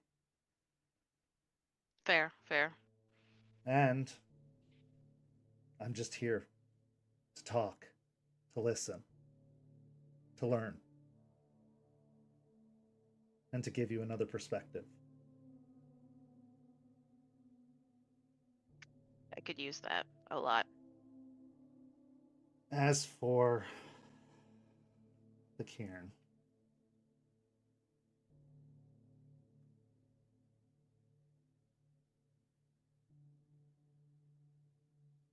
I don't want to fight forever.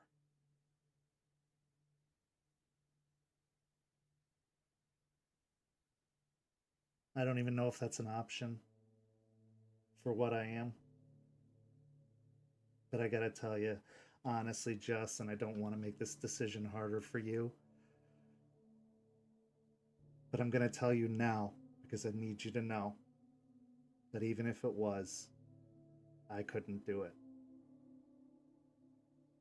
Because I need it to end one day. and not end to end. But I do want to see my family again. And the friends we sent away, I do want to see them again. And I don't judge you. This is your calling. And I'm glad that I get to be beside you during it. And I will be beside you as long as I can be. But when my fight's over, I want it to be done. I get it. If I'll lay there my is an head. afterlife, I want to see it. I think there's lots of them. I'll lay my head on her shoulder. I don't know, really. Like I said, there's a bunch of people that have different ideas on it. I get it, though. And I'm not even sure what I want to do. I only have, what, a few more weeks, maybe a month to decide? Yeah, that's not a lot of time. But No. I don't blame you. I don't fault you, and I don't judge you. If you pick it, if you don't pick it, I'm here with you no matter what you decide. And like I said, this isn't to make your decision harder or to add more sadness to your plate after all that rah-rah get angry. But I just... when it is time, I want it to be time. That's all. And I hope it's 60 years from now. Ideally. Right. But it's just... life is special because it is short. And the thought of being more than that, doing this forever, is exhausting. I know. And if we're doing it good, then yeah, it will be forever because we're going to be winning. Hmm. Well, either way, I think I will take your advice and we'll make the most of what we have. Good, I hope so. You are important. You are great. And you are hilarious.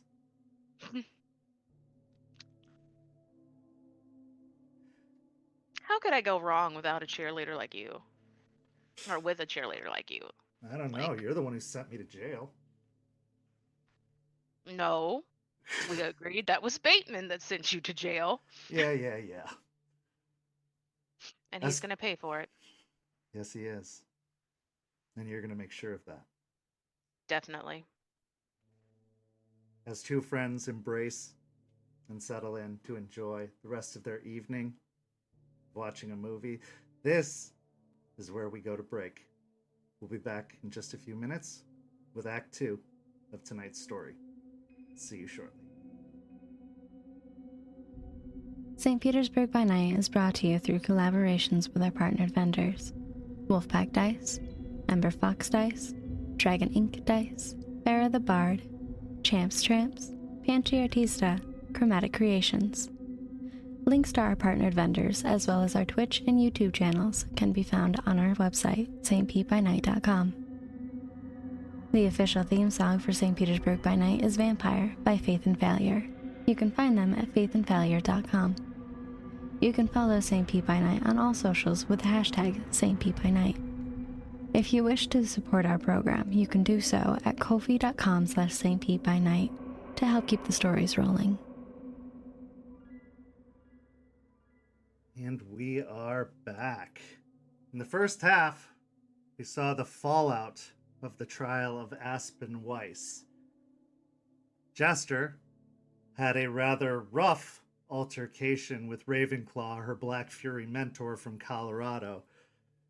Aiden may have found an ally for the upcoming battle with Bloody Mary in his mentor from out in Washington. Lucas had a light mending of fences with Anna Pelfrey from Chicago, and Jester may have been able to turn her sadness into anger after speaking and having some one-on-one time with her best friend Chloe. But now, in the second half, Lucas gets a little appointment of his own with Matthias Morningkill, the Silver Fang heir, potentially, of the Garou Nation, the would-be king of this new nation, or so it may seem.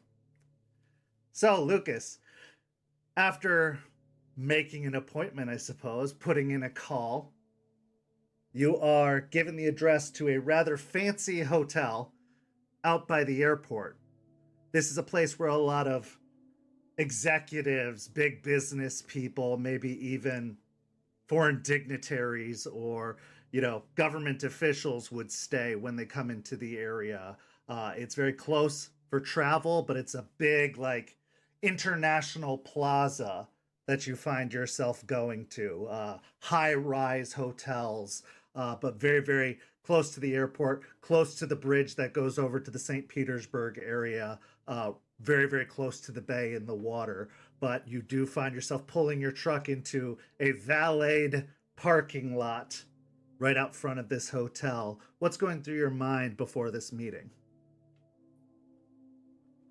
Lucas is thinking about his conversation with Anna. He's thinking about other things other people have said. He's thinking about what Aspen has said about Matthias, and he's especially thinking about what Matthias said during the trial. He's not sure if he believes what he said. He thinks it could be just political bluster or just the musings of an idealist. So he is coming to figure that out for himself.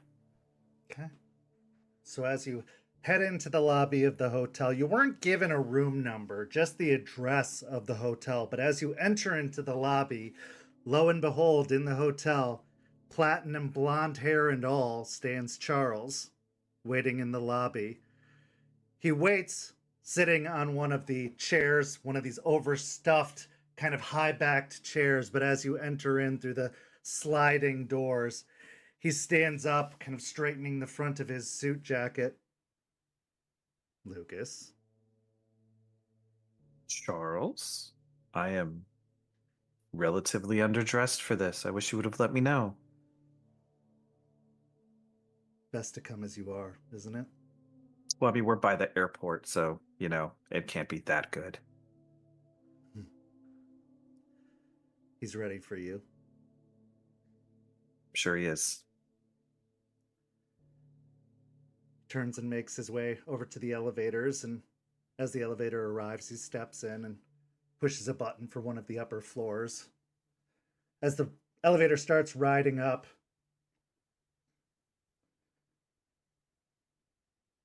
I know what you're here for.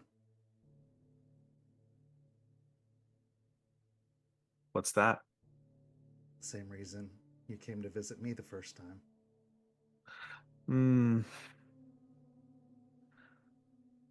Let's just say this.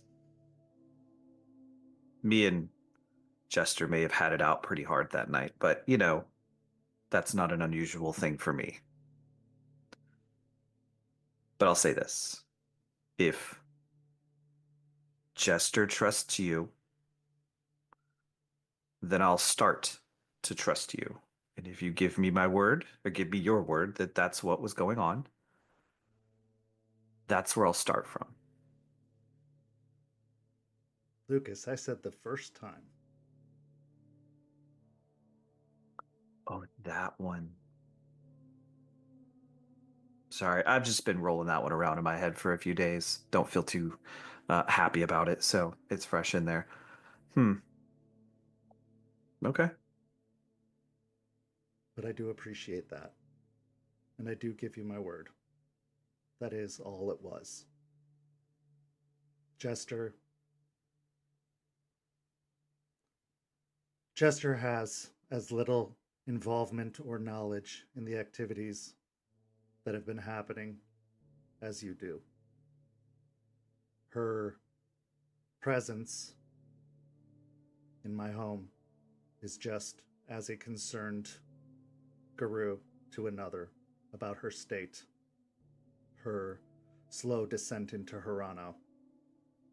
I wish to see that avoided. Yeah. Yeah, me too. We can't lose that one. Not like we did before. Agreed. I know Aspen is busy, and I know that neither of us is particularly good at this sort of thing, but if I can give her a distraction, a place that she can sort out her thoughts, something else to focus on, and a way to heal, that's all I wish for her. I give you my word on that, and my word does mean something. Based on recent events going forward, I'm going to put more stock into that, as I think we all should. So, I will say this, Charles. You take this how you want, but I'm glad a pack member got in the last word at the trial. That was an awkward car ride on the way home, I assure you that. Yeah. I mean that, whether you think it or not. You don't get out of this shit that easy, trust me. Before you go into this meeting, and you take this as you will, I have never worked with somebody I didn't believe in.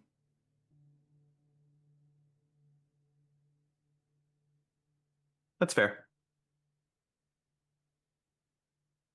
The elevator opens.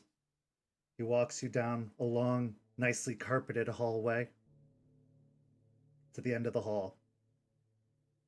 He knocks on the door, and after a moment, it opens, and you are walked into a very, very, very nice hotel room. There is a small sitting area. There is obviously a suite where there is bedrooms behind glass doors, and you can actually see there are multiple bedrooms, one off to one side where you can guess Anna Pelfrey's been staying, and one off to another side where most likely Matthias has been staying. But at this present moment, it is just Matthias in the room currently. And at this small, round cafe table, there are 2 chairs. And Matthias is seated at one. His dark black hair and nicely trimmed beard. A very, very nice cut suit. And he is sitting, legs crossed, reading the newspaper, but he folds it up and places it down as you arrive, standing up and extending a hand out in your direction. Lucas, good to see you. Matthias, it's good to see you. I'm glad you took my meeting. As am I. Please, have a seat. I'll have a seat. Do you wish Charles to stay or go? Whatever's comfortable with you. You know, if he's got other stuff he wants to do, this isn't. I don't think this is going to be as serious as him lording over me this whole time. He does that. He looms. He's a loomer. Charles? Do you have anything else you'd rather be doing?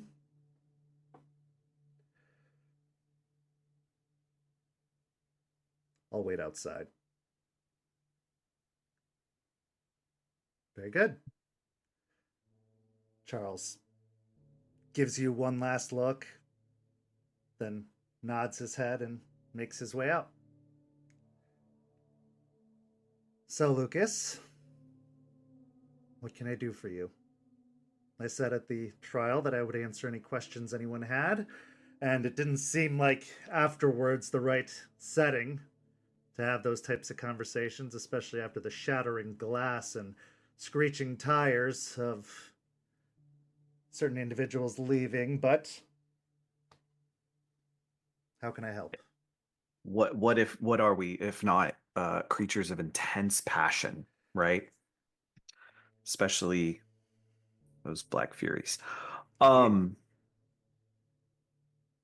Yeah, I listened to you very, very, very carefully.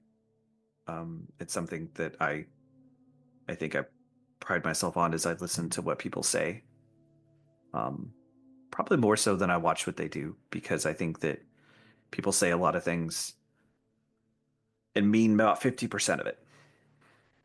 So I just wanted to gauge how much of that you really meant. And you didn't believe that you could do that with Aspen present. Aspen. That was all about her. And I think that she probably needs a little time to decompress over the other night's events. And me and Aspen have a special relationship. I'm not necessarily her counsel, but pragmatically, when it comes to a lot of things, she does ask me the right questions. And when she did ask me the questions about the cairn, I already had it in my mind to give her the advice that she took. So probably best not to rehash all that stuff all over again with her here. And besides, Shadow Lord in the room with 2 silver fangs, that just doesn't seem fair. Fair enough.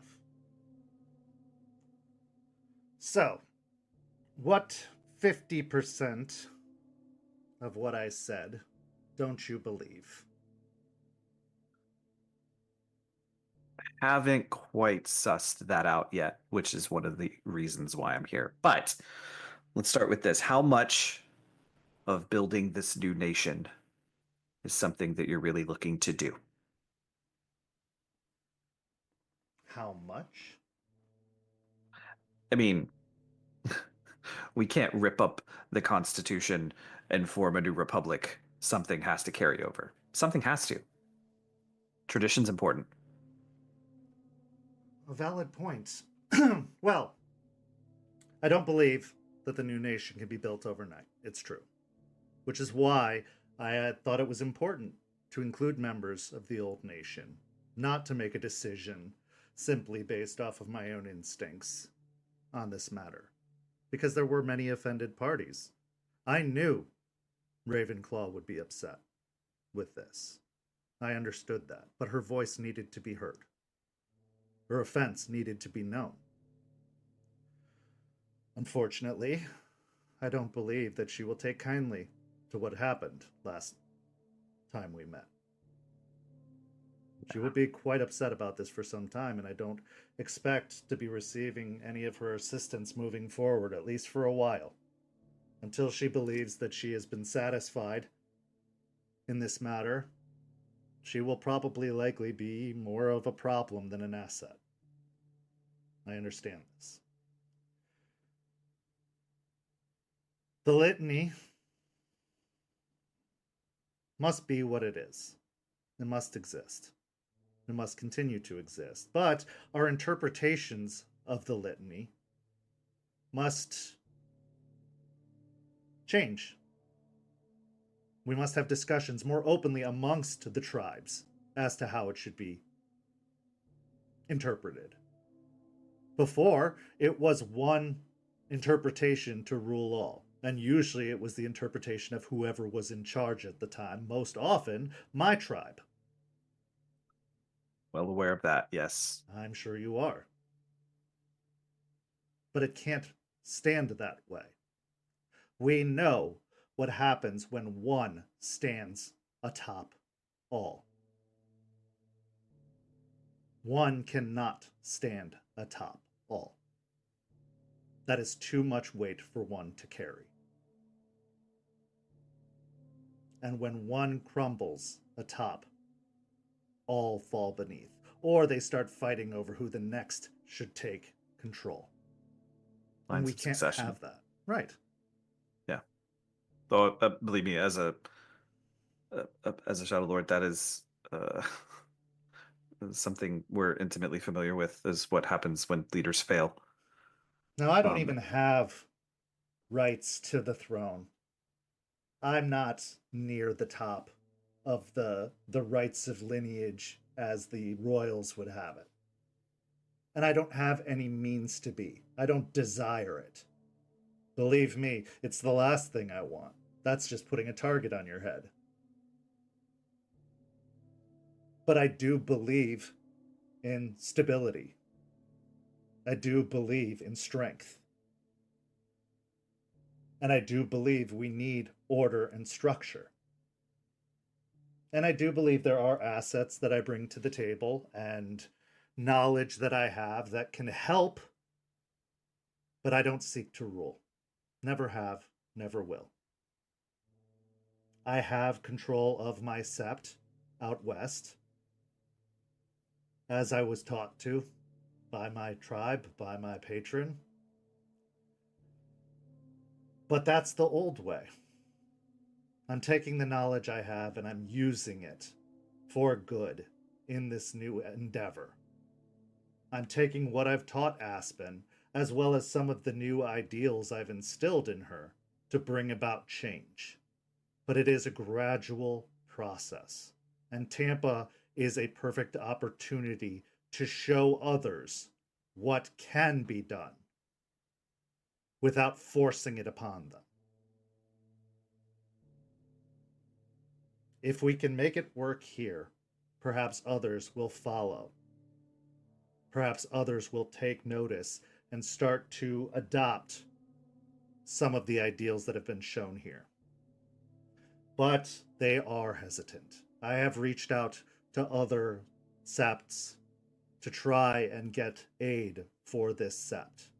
Some have begrudgingly taken notice. Others have come willingly. As you can see, those that came and attended the trial, they have interest. And I have a sept up north that I am going out to speak to in the coming months, that I may be able to bring some assistance back to Tampa to offer aid. I am in negotiations with them now. We could use it. I agree. I know your plight. I am well aware, and I am not here to cause more difficulties for you. Far from it. Okay. All right. We'll put that in the category of not bullshit, because that's more or less what Aspen says and more or less what I think too. So this is a good start. You need to drum up support. We both know that. You need to... Making an example would have been a really bad course of action. So I understand the results politically of the trial, regardless of where morals or anything sat. But I'm not a political person. I'm not a Galliard. You need to go to Jester for those things. But what you do need is a success story. You need a flag, a banner. You need a win. I agree. And you got to put somebody on that poster. You got to put somebody on that flag. I had my hopes on Aspen, and I still do. Unfortunately, this Karen issue was a setback. But I still do believe in her. And that is why I believe this damage can be undone. But this was a setback. So it's going to take some time to recover.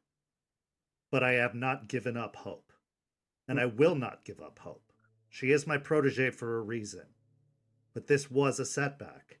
And that's why we needed to do what we did. We needed to bring her up on charges. We needed to have a trial, and she needed to be faced with her wrongs. And she does need to pay Chiminich. I don't disagree with that. But what do you think appeals more to the majority of the nation? And saying that the majority of the nation is your younger, impressionable Garous, a success story, somebody that screwed up and is now coming back on top of their game. I think it does. And I think that's the story we need to tell everybody, that, hey, look at how bad it was down here, but now look what's happening. Certainly. And that the way to make that easier is to make sure that the transition of the small things that go unnoticed don't stand in the way, which is what I've been trying to do. The things that could become stumbling blocks if not handled appropriately, the things that could cause problems in the future that make that success story less successful, are cleared from the path. The things that Aspen, even with all her knowledge and training, may not account for. The things that I learned in my youth and leadership, the things I didn't account for. I am trying to account for her. Now, to be fair, I could have been more forthcoming. It's true. But she already has enough on her plate. And that wasn't my decision to make, but I made it regardless. Perhaps in my arrogance. I will admit to it. I am still a Silverfang. I don't deny it. But this transition is going to be difficult. Tampa and the leeches are rooted deep. Very deep. Anna Pelfrey, for example, knows that those roots run all the way to Chicago. And when they are ripped out, they will be felt even there. Yeah, that's a place you don't want to piss off. No. Some say it's one of their grand seats of power. Yeah, that son of a bitch Jackson, he's the worst of them. Okay. That's a bridge we'll burn later, but okay, so I don't disagree. There are going to be roadblocks. There are roadblocks. But I don't, let me put it this way. There are going to be certain roadblocks you don't want to get your hands dirty with. Agreed. Okay. There's definitely roadblocks that we don't want Aspen to get her hand dirty with. Isn't it fortuitous that she has a Shadow Lord? Good. Then we're speaking the same language. What I'm asking here is that some things may not need to come to her attention. I understand that. It doesn't help when somebody comes yelling about those things in her ear, thinking that there is some malicious intent taking place. But I'm still a Shadow Lord, much like you said you're still a Silverfang. So if I see what I believe is a conspiracy, I get a little edgy on things. Understood. Okay, so we'll put that to rest. All right, good. We have an understanding there. If you need things done that she probably shouldn't know about, then just, you know how to get a hold of me. I have made clear to Aspen that there is nothing she doesn't need to know about. I will double my efforts to ensure her that if she wants to know anything, she needs merely ask, and I will tell her. Okay. We are going to iron out the wrinkles in communication that have happened recently to ensure that we do not have these issues going forward. I would not wish to have her think that I am working to usurp any kind of power from her or take advantage of her. That is not my intent here. It never has been. I am perfectly comfortable out west with what I have. I do not need more. In fact, it would be stretching myself in far too thin to try and invest out here. It's a pointless endeavor.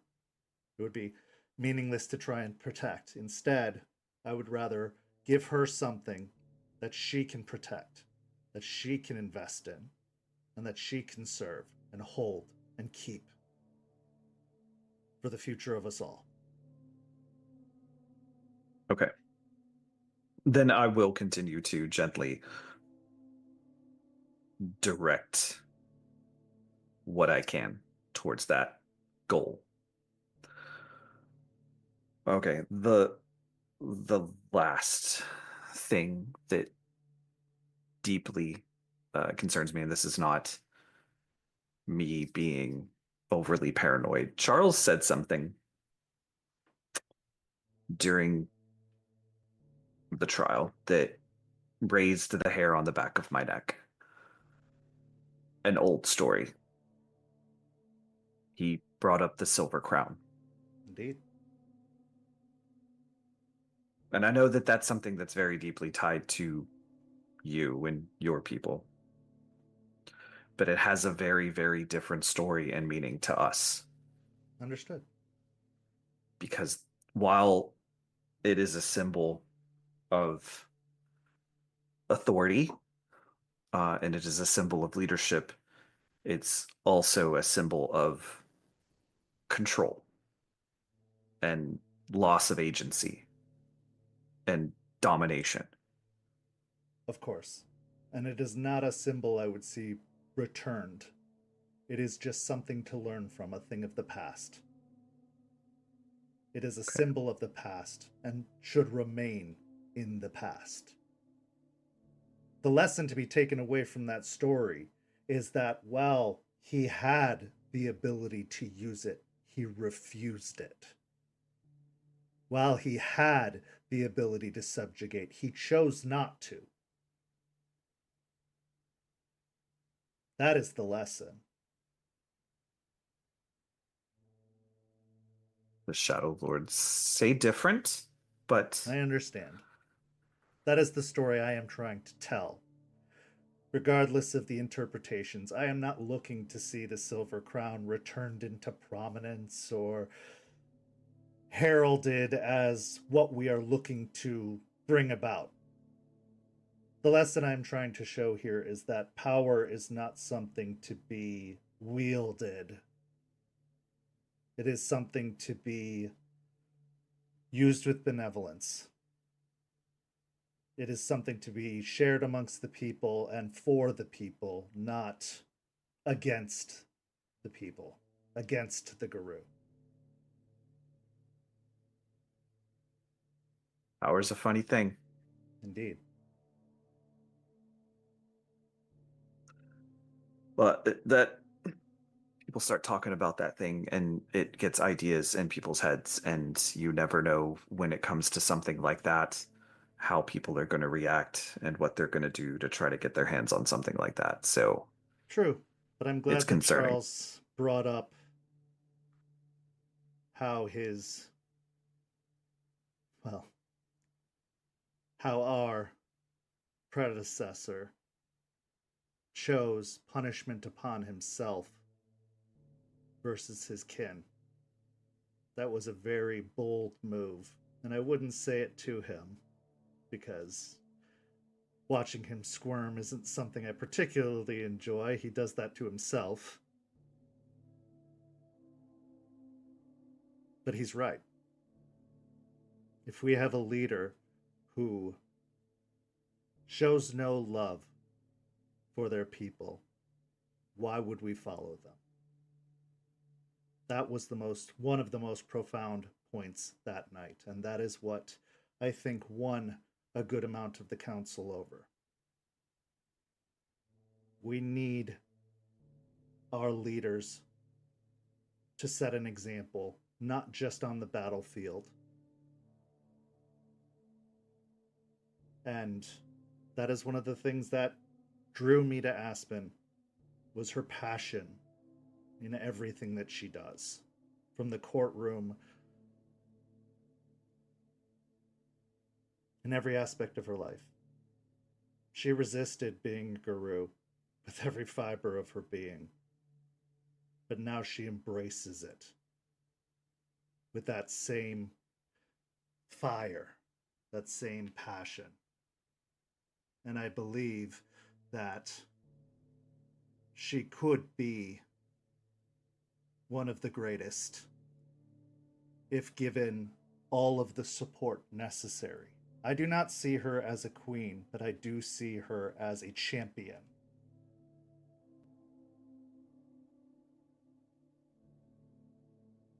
And I hope she sees herself as that one day. What did you buy from Bateman?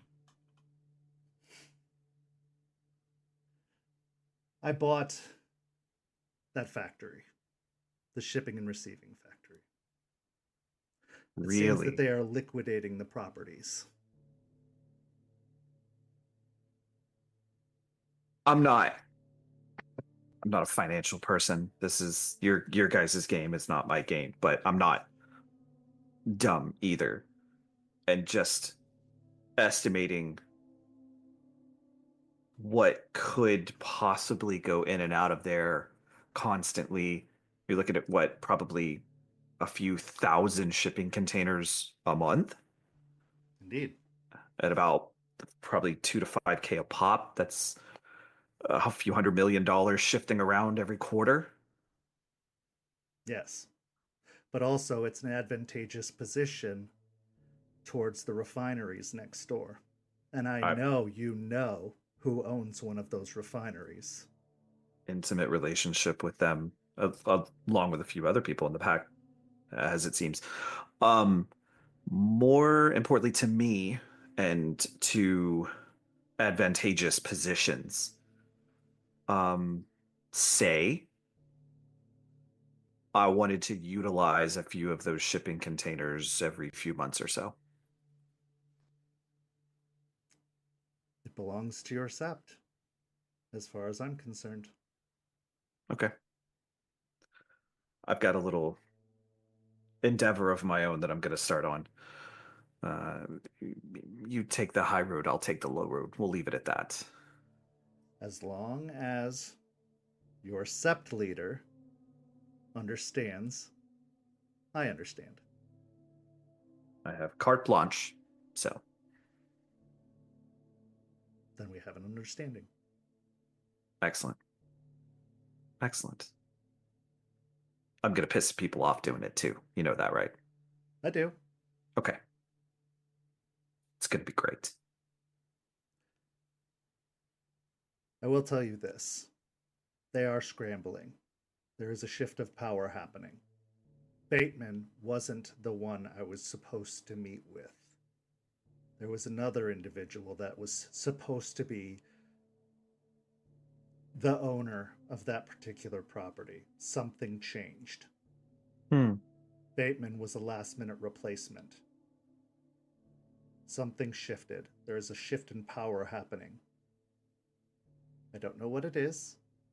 I'm hoping to find out more. But this sudden change in assets tells me that there is something amiss. That meeting with Bateman was as much a surprise to me as it was to you. Oh, yeah, it's a big surprise to me. Indeed. But I did not look a gift horse in the mouth, as they say. Now that I've given it more thought, I can see where you're coming from there. I may have been rash. Also, concerningly so, the ship that Bloody Mary is known to occupy is no longer making port there either. Well, in acquiring the company, I acquired a good deal of its resources. Perhaps if you have anyone that's particularly skilled in talking to spirits or electronics, maybe they can find out any of the manifests or radio transmissions that have come to or from that particular facility. Or any dealings that have happened there in the past. I think we could dig around and find something. With your permission, of course. My resources are at your disposal, especially if it is going to help in this transition of power. I gotta change my pants when a Silverfang tells me that. Oh, Lord. All right. I am not here to stand in your way, Lucas, as long as it is to help support Aspen and her ascension and her securing of this area.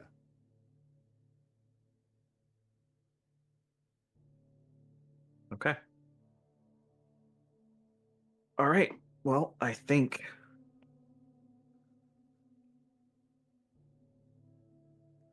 I can work with this. There is one more condition, however. I know your reputation. And I have been fine with it because I believe everyone deserves a fresh start in this new nation. I said so. But if you are told to stay by her, you stay. Do you understand? Yeah. Yeah, I think I've pieced that one together myself, and I leave the kin seeking to Aiden. I know where I'm not wanted. It's fine, but yes. If I stay, if she says stay, I stay. If she says stand down, I stand down. I get it. Then we have an understanding. I will not bring it up again. No, it's fair. Very good. Okay. Please feel free to come to me or contact me with any questions, but I think you can rely on Aspen to do the communications on your behalf. I wouldn't have her thinking you're going around her or doing anything to undermine her or her authority. I don't know if she would be mad or if she would just laugh about that at this point, but yeah, out of respect. Unless I have to. If I have to, I will, but I don't see that happening anytime soon. If you have to, you have to. Have a good night, and I don't know, get Charles a hobby, please. He's so tightly wound, and that's saying a lot for a Silverfang. Please get him something, please. Well, if my observations are as sharp as they have been, he seems to have adopted a bit of a hobby of his own. That's not one I want to think about. That one just weirds me out. So we're just gonna not talk about that at this point. I need to confront it's that. cute. Let the boy enjoy himself. He's been wound far too tight most of his life, despite my best wishes. Could they be any more farther apart? It's whatever. I'm gonna let that one go. But yeah. Something besides that too, because he'll just get on her nerves. But won't it be fun to watch the fallout? You sure you're not a ragabash? Oh Lord. And then he'll stand up. Take care of yourself. And I will mean that sincerely. I will try. I'm probably the worst out of all of them at it, but I will try. And you got to timeshare this place. This is fantastic. I'll consider it. With that, you make your way towards the hotel room door, and as you do, it opens as you're approaching the door, and Charles is standing. He walks you to the elevator, but he doesn't go down the elevator with you. He lets you ride the elevator down alone. As you're heading down, what are your thoughts? What's going through your head as you go down the elevator, heading back towards your truck? Considering, or at least in contrast to what you were thinking when you arrived. One of the hardest things, strangely, for Lucas to have in his mind is optimism. He's not an optimistic person. He doesn't see optimism a lot, but there might just be a little tiny spark of it starting to grow in him. And we will see if that makes him better or worse. Okay. We transition now to a few days later. It's getting late in December. The year is starting to come to a close. Aiden, you've been training with Charles, getting prepared for this battle, but now, with these thoughts from your mentor, from Duncan, in your head of be your own Arun, that there's no correct way, there's no specific way to be an Arun. You found yourself a little bit more distracted in this particular training session with Charles. And as you are going to block an attack, you slip ever so slightly and get clocked, knocking you off your block, sending you sprawling onto the ground. Charles pauses and kind of looks towards you with a furrowed brow. You're distracted. Yeah, it's off your new manicure. Good job. What's wrong? Push himself up. Recent events, I guess. Oh, that hurt. The whole trial thing.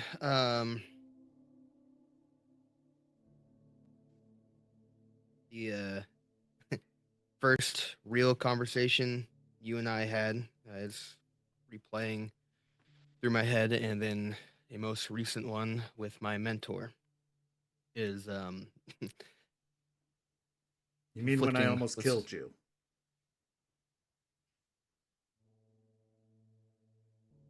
Yeah, that.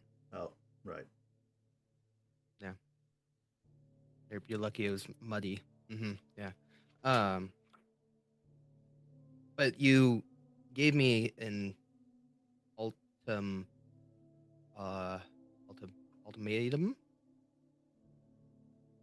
That if I mess up again, you'll take my spot.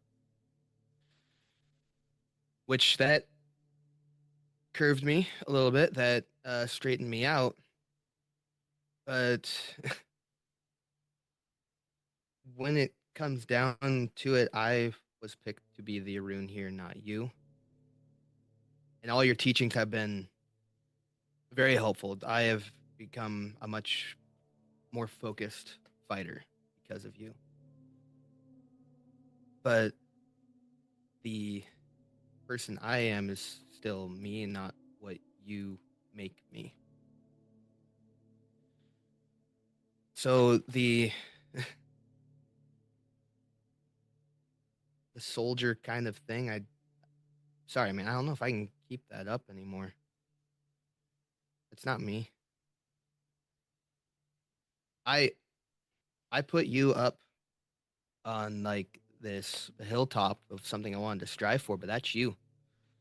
I have my own hill that I live on. And I need to kind of get back to my hill. We can both be Aruns here. You can be that soldier. You can be the Arun that you are. Trying to carve myself into a slab that you're already filling, there's not enough space.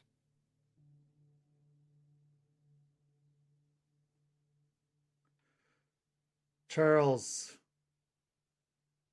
kind of furrows his brow, and his mouth is set into a hard line. But then you start to hear this like soft rumble coming from deep within his chest. And for the first time since you've met him, he laughs. A genuine laugh.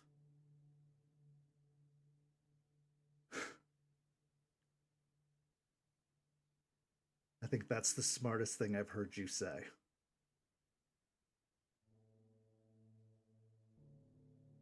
Thanks. You should never strive to be me, Aiden. Ever.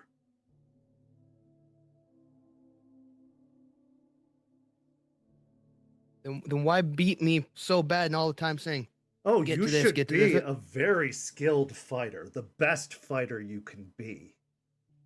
And I meant what I said, that you should be at your alpha's beck and call.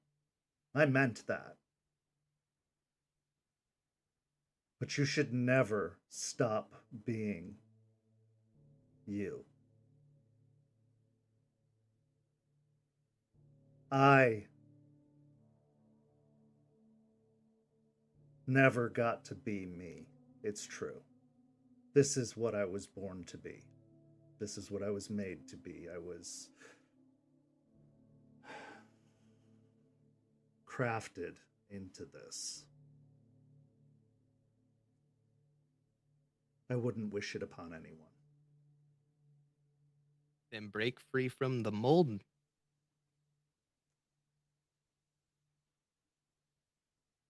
I don't hate it, Aiden.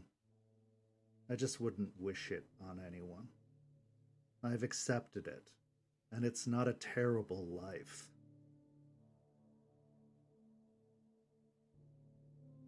I had to sacrifice a great deal. And I'm learning a lot now. I'm seeing and feeling things that I didn't expect to have the opportunity to. Like what?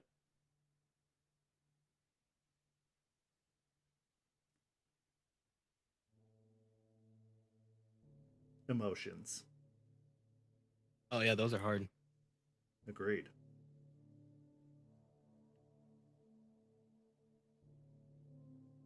You have to have something to fight for, or else the fight is meaningless. I have had a legacy to fight for. You have family, friends, home.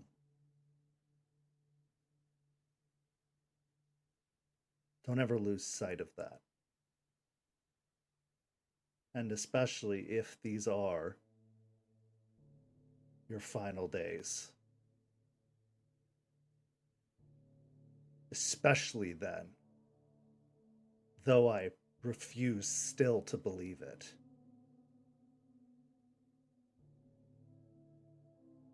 Don't live them as a soldier. Fight like a soldier, but don't live like a soldier, and don't die like a soldier.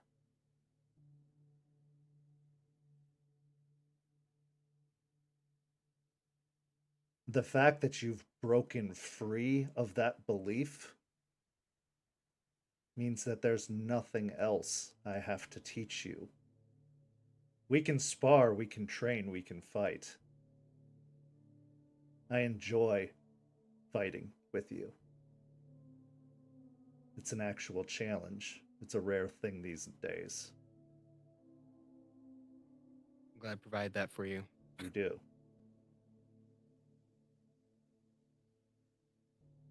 But that was the lesson. You needed to get better at fighting, and you have.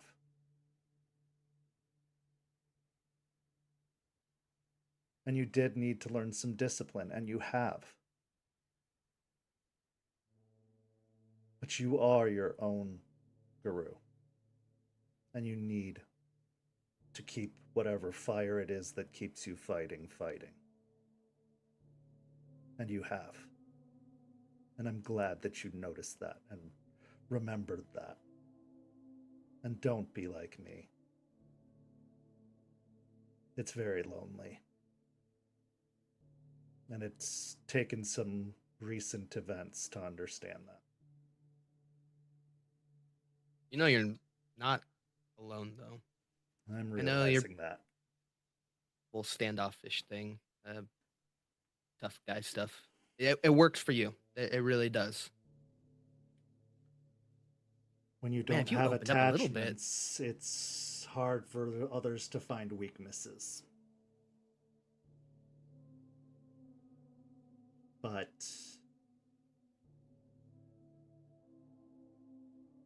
I understand the value in those attachments as well. I'm starting to. You're getting Maybe it's attached something to you're Tampa. teaching me.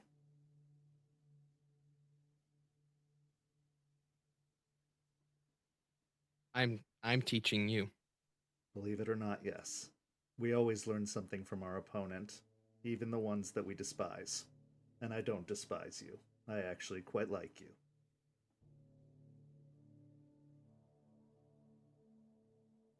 Although Okay. I'm holding you to the same secrecy you hold me. You don't tell this to anyone. No, that stays between us. I'm a hugger. I don't think you are, but most of the time when moments like this happen, hugs happen. I will try. Bring it here, little blondie. Let's do it. Never call me that again, or I'm actually using the silver claws.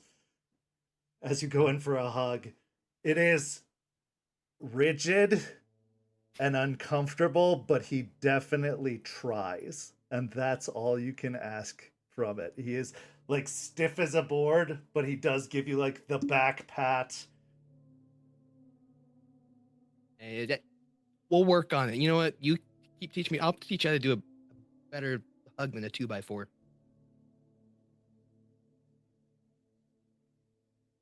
I'm glad that we met.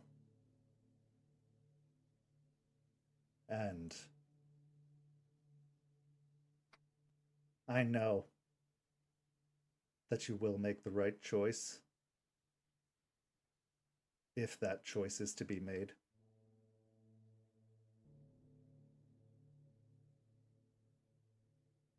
But I assure you, so will I. Thank you. It's when the day comes and that moment arises, If if it ends up coming to that, I know that they'll be in good hands if that does happen. You're almost as protective as I am in a different way.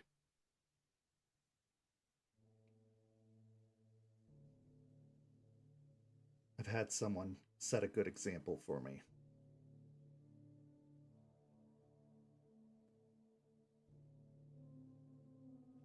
I got one question. At the trial,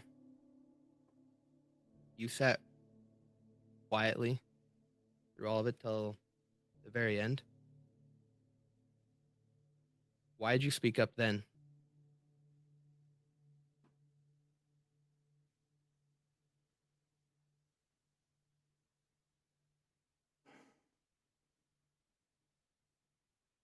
I was raised in the old nation. My place was always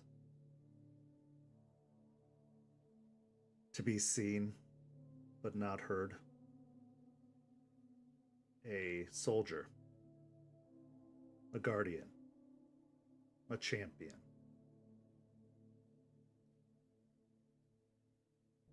Potentially one day an heir, but it was never going to be mine.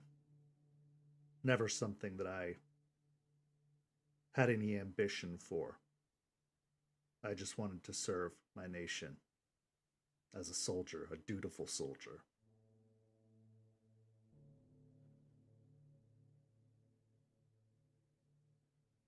I was conflicted.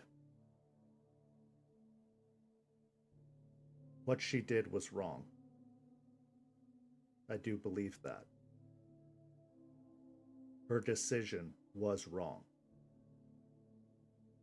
But her reasoning was right.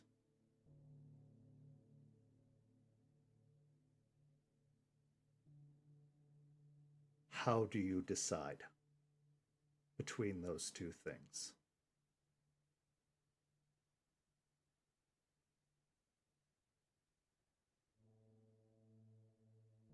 I could not stay silent any longer. I could not say nothing.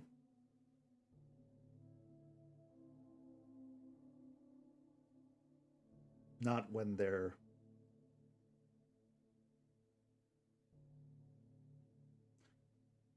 was something that needed to be said. When I thought back to my grandfather, when I thought back to the stories I had been taught my whole life, that moment stood out in crystal clarity as I watched this trial unfold.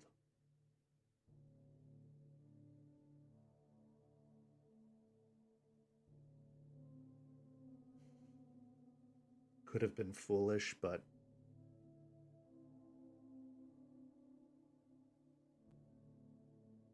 maybe it was, but I don't think it was foolish. You you stood up for something you believed in. Maybe we are rubbing off on you a little bit. You stood up against Matthias of all people. Like the look he gave you. Oh my god. Oh, he has reminded me several times since then, don't worry. Usually with I a bet. gentle jape or a look. I got that look once. I was sleeping, and apparently I was in his way. He had to step over me. I was like, my bad. So I get it. Same thing. He's a good man. But you're, yeah. He is.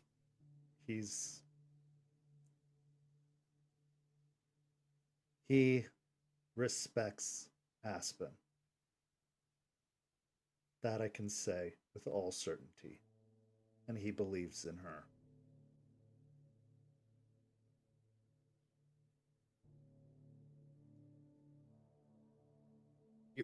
No, that's fair.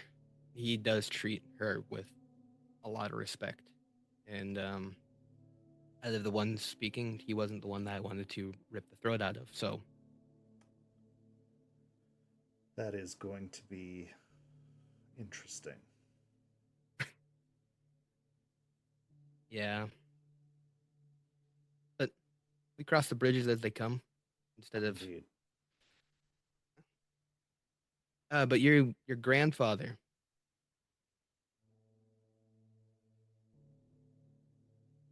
Explain that to me. That is complicated. Some believe that being Garou is hereditary. And in certain lineages, it was. At least that was the belief. In my family, it was.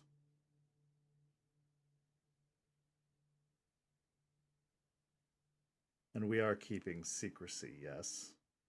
Of course.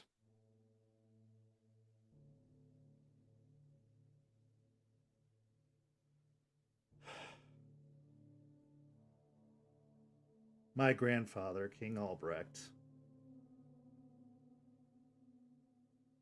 is one of the last of my line until me.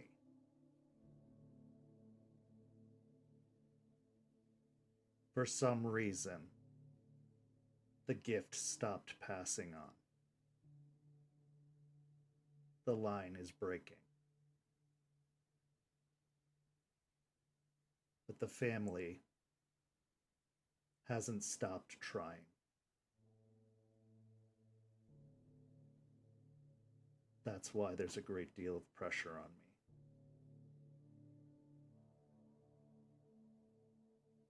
That's the simplest way I can put it.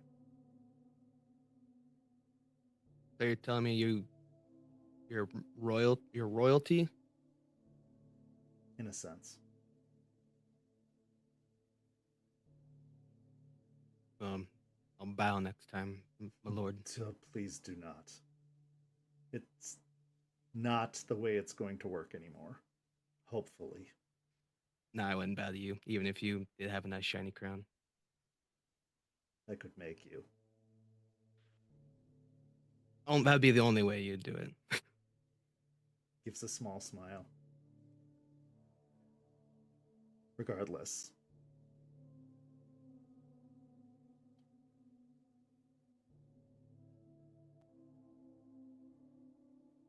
Be you. But fight like you're me.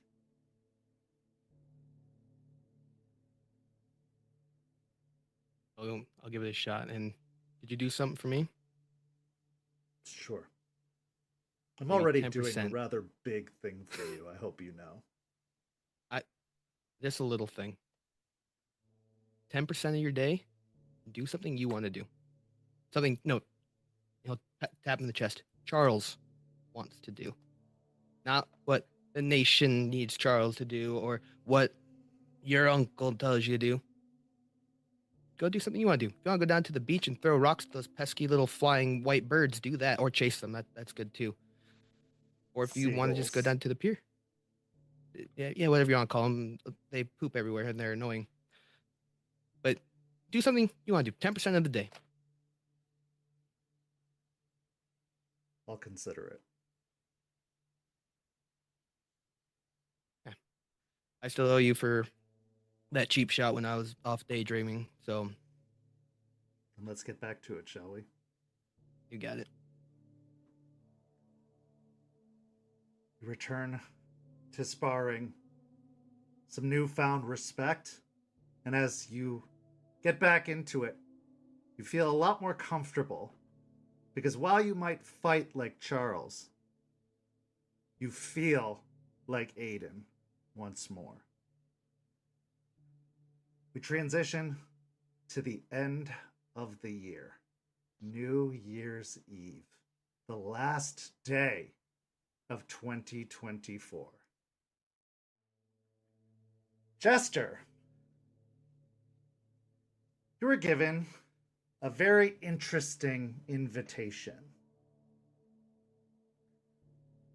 Charles asked if you'd be willing to do a job for Matthias.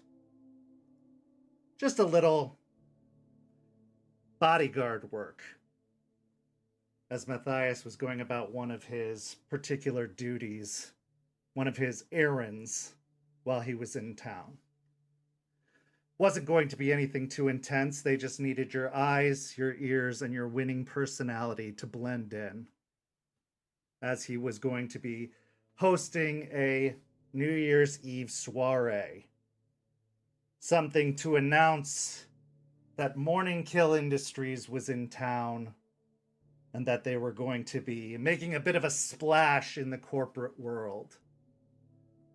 So, with Charles as your escort, you were bought a very, very lovely gown to adorn yourself in, but something that would be just flexible enough that if you needed to move quickly or needed to act suddenly, you could do so at a moment's notice. Why don't you go ahead and describe the gown that you will be wearing this particular evening, New Year's Eve?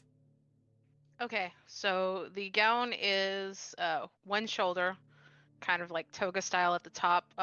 It's black with a slit up the left side, the same side that's missing the sleeve. It is a kind of like there's no sleeve on this side, obviously either. And across the black, a branches of a silver tree cover the breast part from the side. Okay. So as you arrive to the venue, Charles is wearing a tuxedo, done up very nicely. You get to the venue before Matthias does, who is expected to show up fashionably late, but as you scout out, it seems like he's rented the ballroom of the hotel he's been staying at near the airport.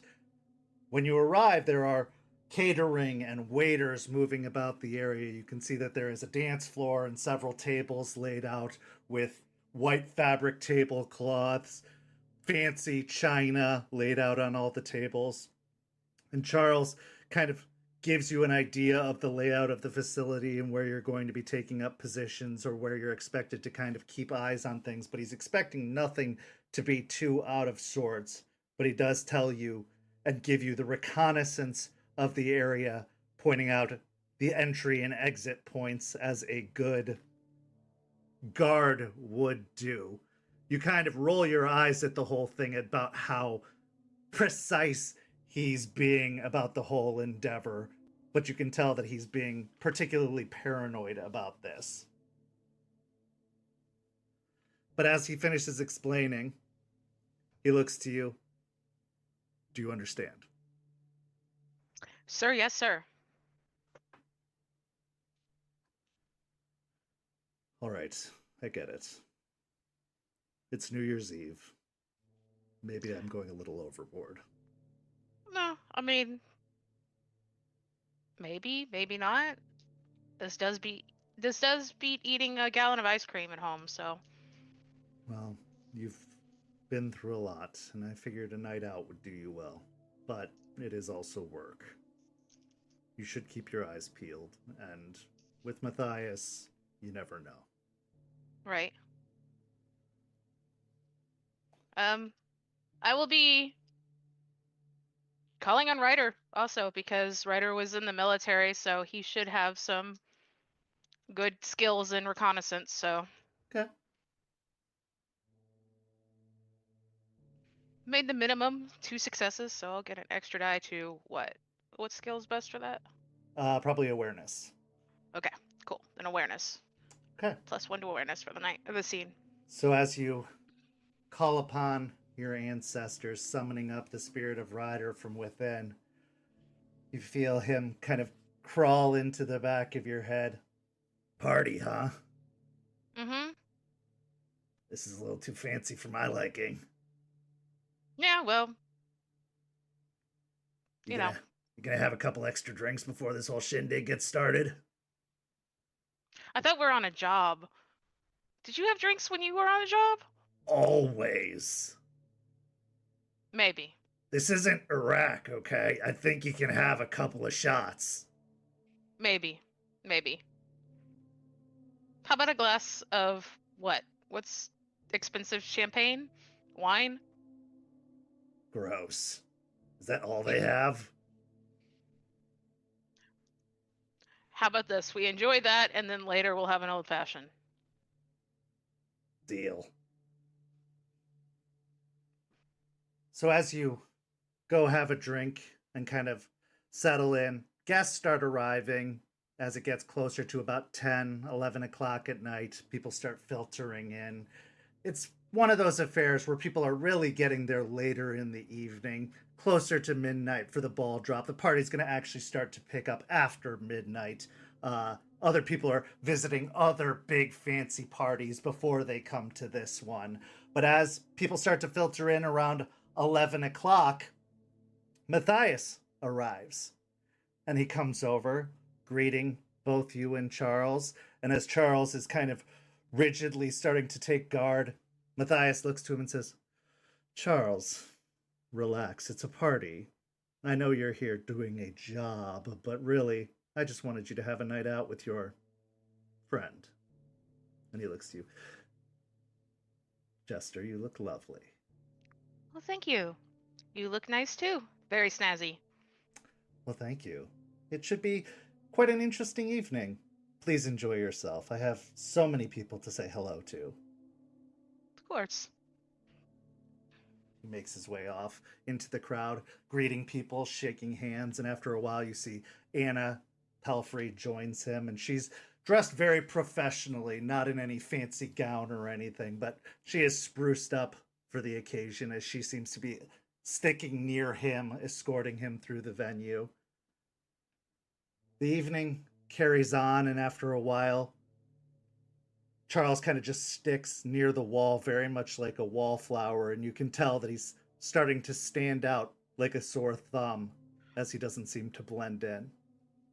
I'll thread one of my arms through his elbow. Come on. Let's go mingle. Mingle? Come on. You look weird. How so? You're standing out, just standing there looking uncomfortable. Oh, I'll talk for us. all right. Go ahead and give me a charisma and performance, or charisma and streetwise, or any kind of charisma roll, perhaps manipulation roll, to just kind of make your way through the crowd to try and blend in a little bit more. Okay.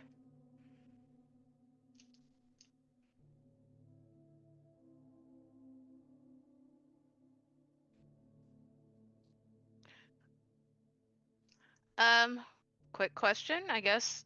So if I'm using performance, is it possible to... No, I'm not going to go for it. I'm just going to Yeah. stick with what I got. Yeah. Because I'll probably be spending the time more like, talk about yourself, please. I don't need you to ask me about what I'm doing with You my could life do right now. charisma and insight if you wanted to try and like gather information about the crowd. I could do that.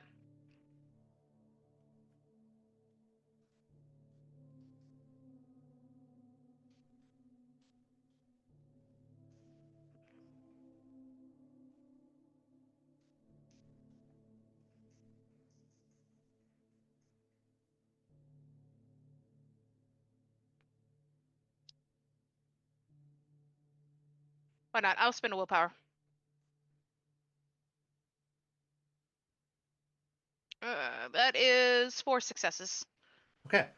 So as you're talking and kind of getting to know individuals in the room, you start digging for information. You start trying to kind of get a feel for the crowd. And what you're starting to learn is this is a very interesting guest list. Matthias has put together a pretty diverse crowd of higher up individuals. You come to learn that there are several council people from the city council, that even the mayor is in attendance at one point, that several of the state senate come through at one point or another, several just high position government officials, local government officials come through, and then high ranking individuals of industry from the area, especially shipping and receiving, or from the dock area, as well as from the port, like from the cruise line industry, seem to come through. Even at one point, one of the executives from the coal plant from the docks, where he bought the shipping and receiving factory down at the port, comes through. The one that you know is in bed with Endron.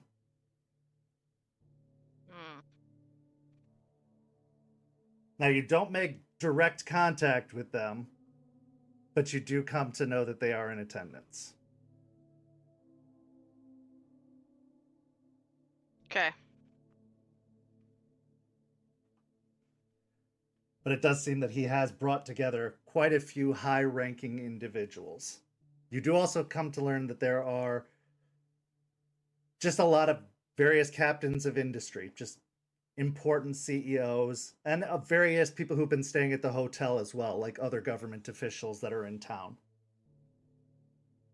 from other states in the area or countries.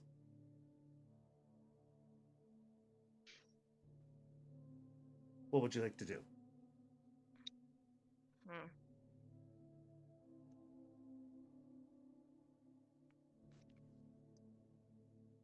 Interested in knowing more about the Endron guy, but I don't want to be like obvious about it. Okay. Considering. I'll continue to mingle, hopefully, like trying to at least get closer or get a face to go with his name. Okay. Give me a... This would be... Let's go with a wits and investigation. Okay. Not so great.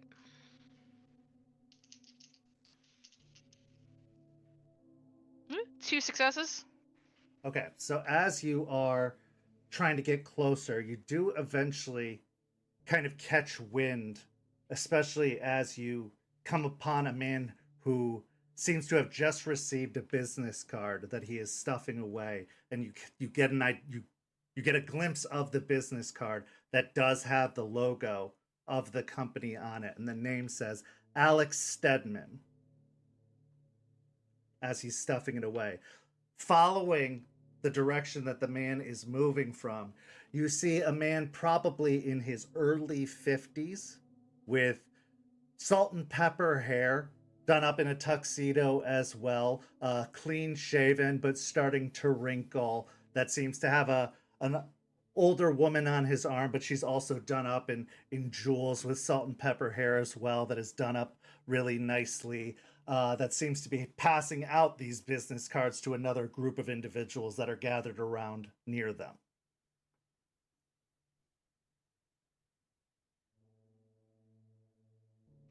Glance at Charles. Need a break? Or for a little more mingling? This is exhausting. How do you do this? Do you even care what these people do? Some of it's a blur, but I'll look over to that group. One of them's interesting.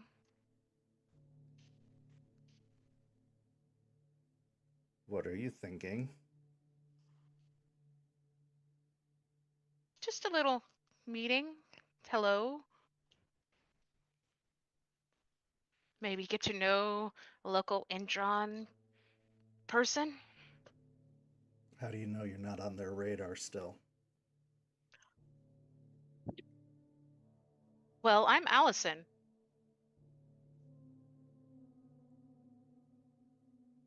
All right, Allison. But keep it brief. Yeah.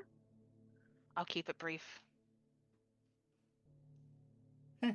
So leading your way over to this small group that seems to have collected around the man in question, you approach.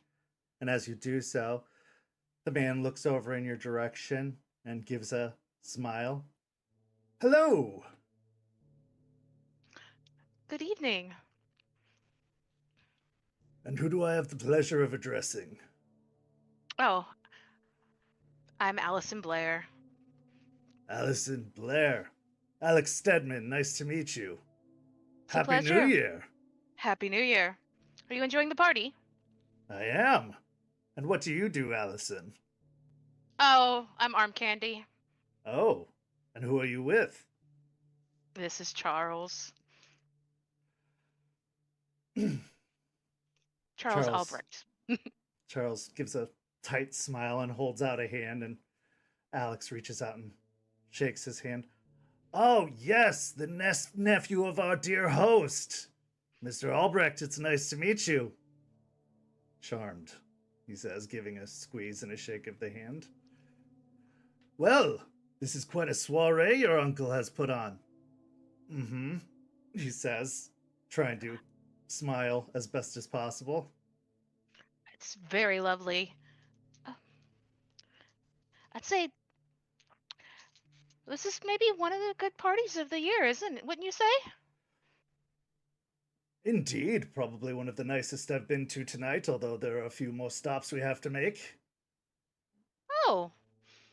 See, a man who likes to travel a lot through the new year. You know, you should be careful. I've heard that what you're doing on New Year's Eve could carry over to what you do for the whole year. Sounds kind of tiring.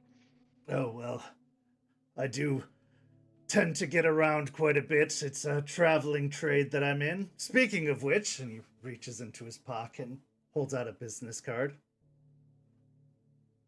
Thank you. I'll hand it to Charles. He does most of the business stuff. I don't have the brain for it. Charles takes the business card and slides it into a pocket. Well, I have a few more people to meet. It's very nice meeting you, Allison. It was a pleasure. Roll me a wits and awareness.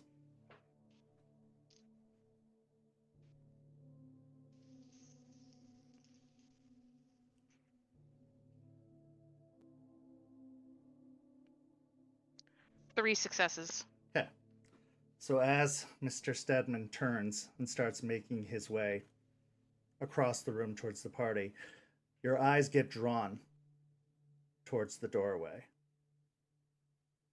Partially because you're scanning the room, but partially against your will. Roll me a composure and resolve.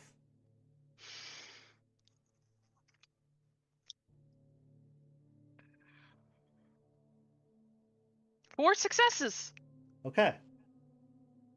You can feel yourself being pulled, but you've managed to resist as the whole party starts to fall silent. Something sweeps over the crowd. Conversation dies down.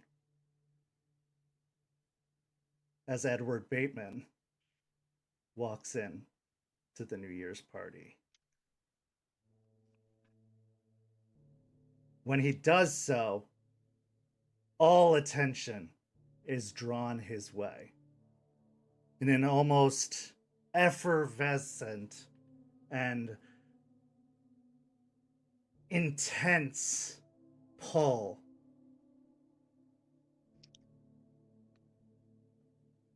He gives a dashing smile, which causes several gasps across the room.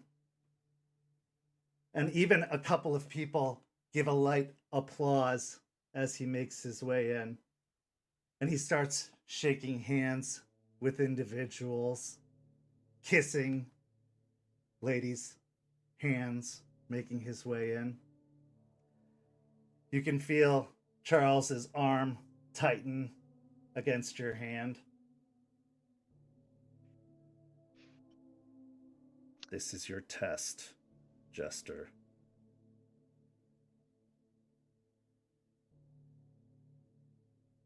Don't fail me.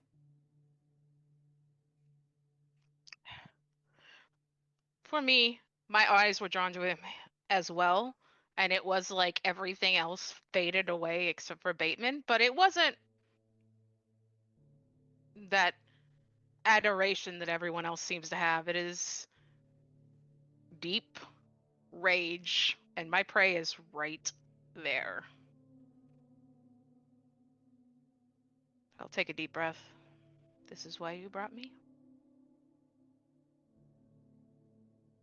Remember how I told you about appearances?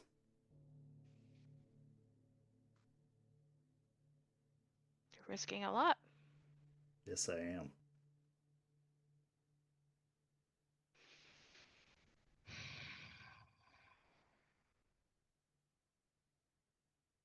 Is Mia with him? I'm looking. As you look, he does seem to have a retinue following him. You do not see Mia in attendance. Okay. Charles turns, kind of turning his back towards Bateman so that he's facing you, his mouth very close to your ear.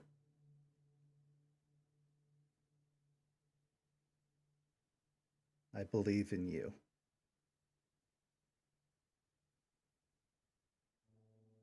The fight is coming, but not tonight. What you show your enemy is how they see you.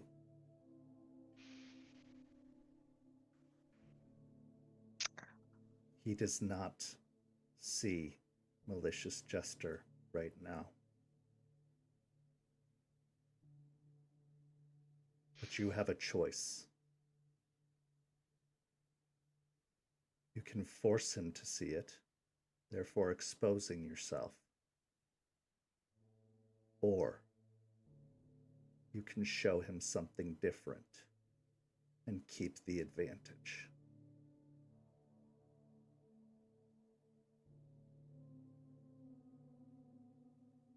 I'll take several deep breaths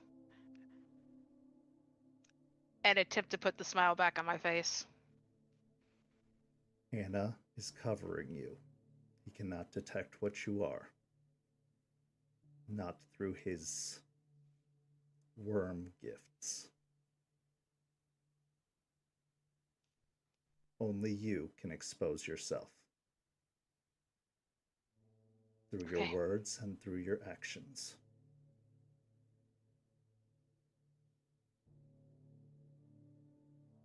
This is your chance to learn something.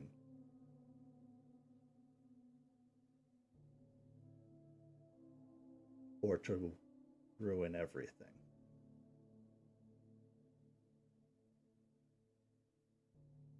And with that, he turns and starts leading you over towards Edward Bateman. As you cross the room, with your hand entwined with Charles, I'd like you to make another composure and resolve check. Your rage, however, spikes to a 3 as you get closer to Edward Bateman.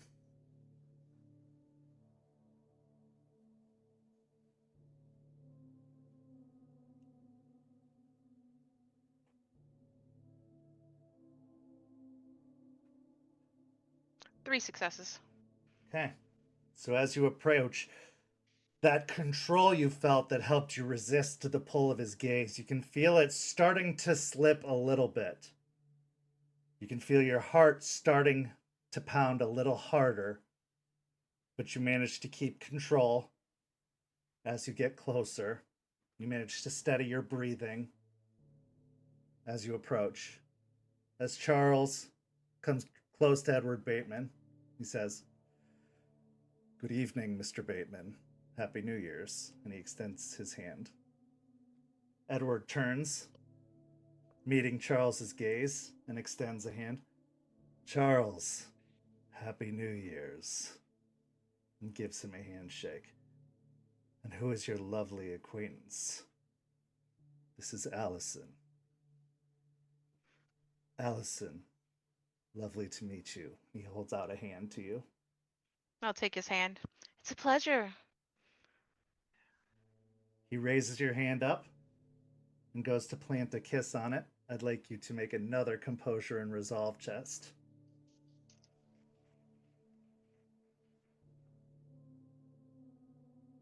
Three successes. Okay. So as he kisses the top of your hand, his lips surprisingly warm, which is not what you expected as they touch the top of your hand. You do manage to keep your rage from raising to a 4 as he does so, and then lets go. "It's a lovely evening for a party. I'm so glad that I could make it. Your uncle was so kind to invite me. Of course, after our business dealings, we couldn't help but invite our new business associate. Thank you for attending, Mr. Bateman." "Oh, the pleasure's all mine. New Year's Eve is such a lovely time. Speaking of which, I have some other businesses your uncle might be interested in. Some new properties have just recently become available. It seems that there are others that are looking to move out of the area and are looking to find new investors to take over their business practices." "Well, I will have my uncle's people call your people, Mr. Bateman." "Excellent. And what is it you do, Allison?" Oh, I'm a writer. I love stories. Charles is a close friend of mine, so he invited me tonight. "I see. Well, she's absolutely lovely, Charles. You have a good eye. Anything I've read?" Oh, no, of course not. "Well, I'm sure I will soon. And what is it you like to write?" Oh, more about the environment and things like that. "Oh, really? Yes. Perhaps you were inspired by the recent hurricane." It has become a small project of mine to look into. I'm still in the preliminary parts of it, but perhaps I'll find a piece that I can sell to a magazine. Well, I'll keep an eye out then. Always looking for up-and-coming artists. I would love for you to read it someday. Excellent. Well, this has been lovely, but I should be making the rounds. Good evening to you both. Happy New Year. Good evening. As he's leaving, I'm watching his retinue. I'm trying to pick out if there's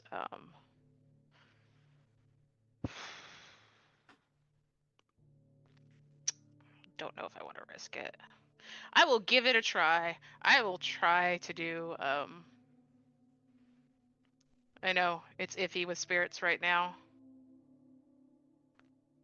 No, I think I don't want to. I'll just wait. I'm just trying to pick out like who he has as guards and who he has as just hangers on or something else.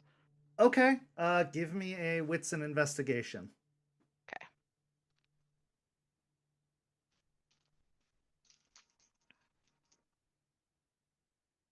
Two successes. Okay.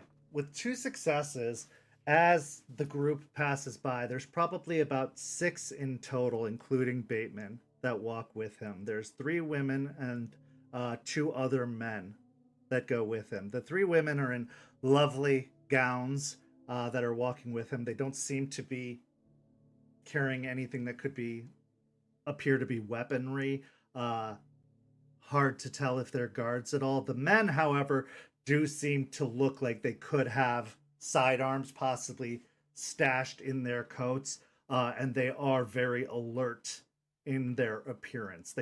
They have the ladies on their arms, but that does appear to be for show more than anything else.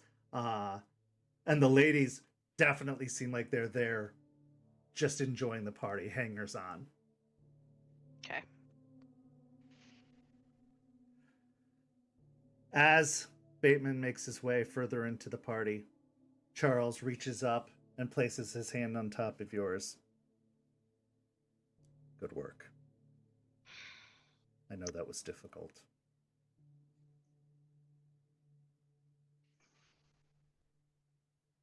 I really want to hit something.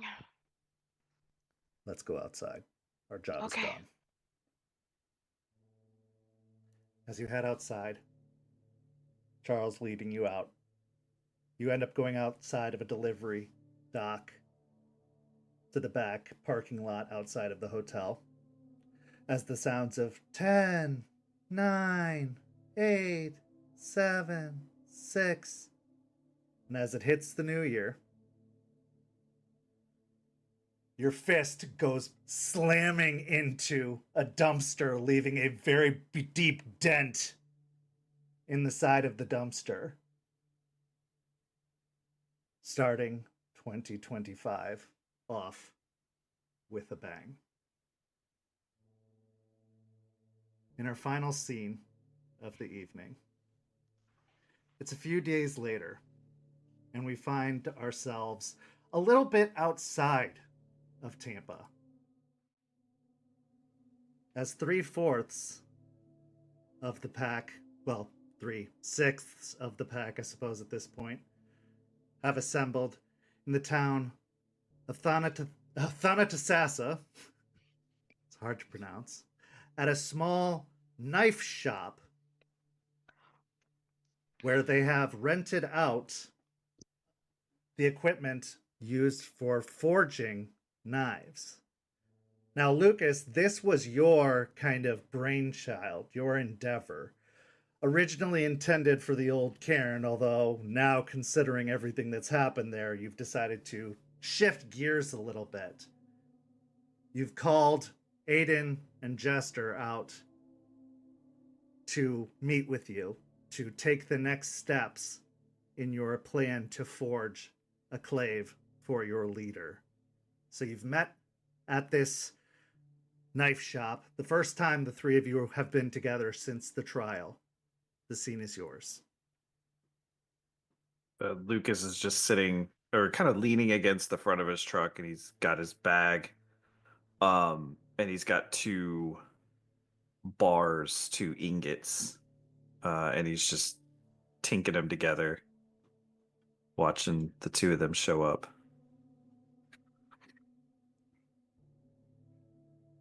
Hello. How Hey, you doing? good. Happy New Year. That's It's a thing. It's the thing we say. Yeah, it's Yeah, it's Happy New Year. inconsequential of whether you mean anything by it, but it's a thing we say. Yeah, we did it Platitude. again. It's like good luck. We need that. Are you guys ready? I'll hold up a stack of looks like thick, like tag board or something with something printed on them. I'm ready. Oh, excellent. Perfect. I brought branches from the forest. Even better. Even better. And I got the things. Let's head in.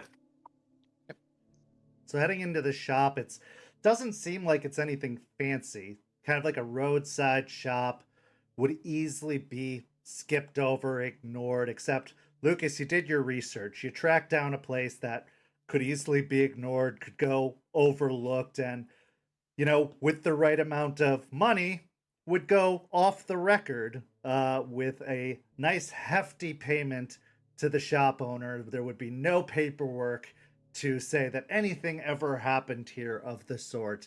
In fact, you were kind of given carte blanche as the owner was going to take a lunch break, as you showed that you were proficient enough to show that you knew what you were doing with the equipment here and wouldn't cause too much of a kerfuffle.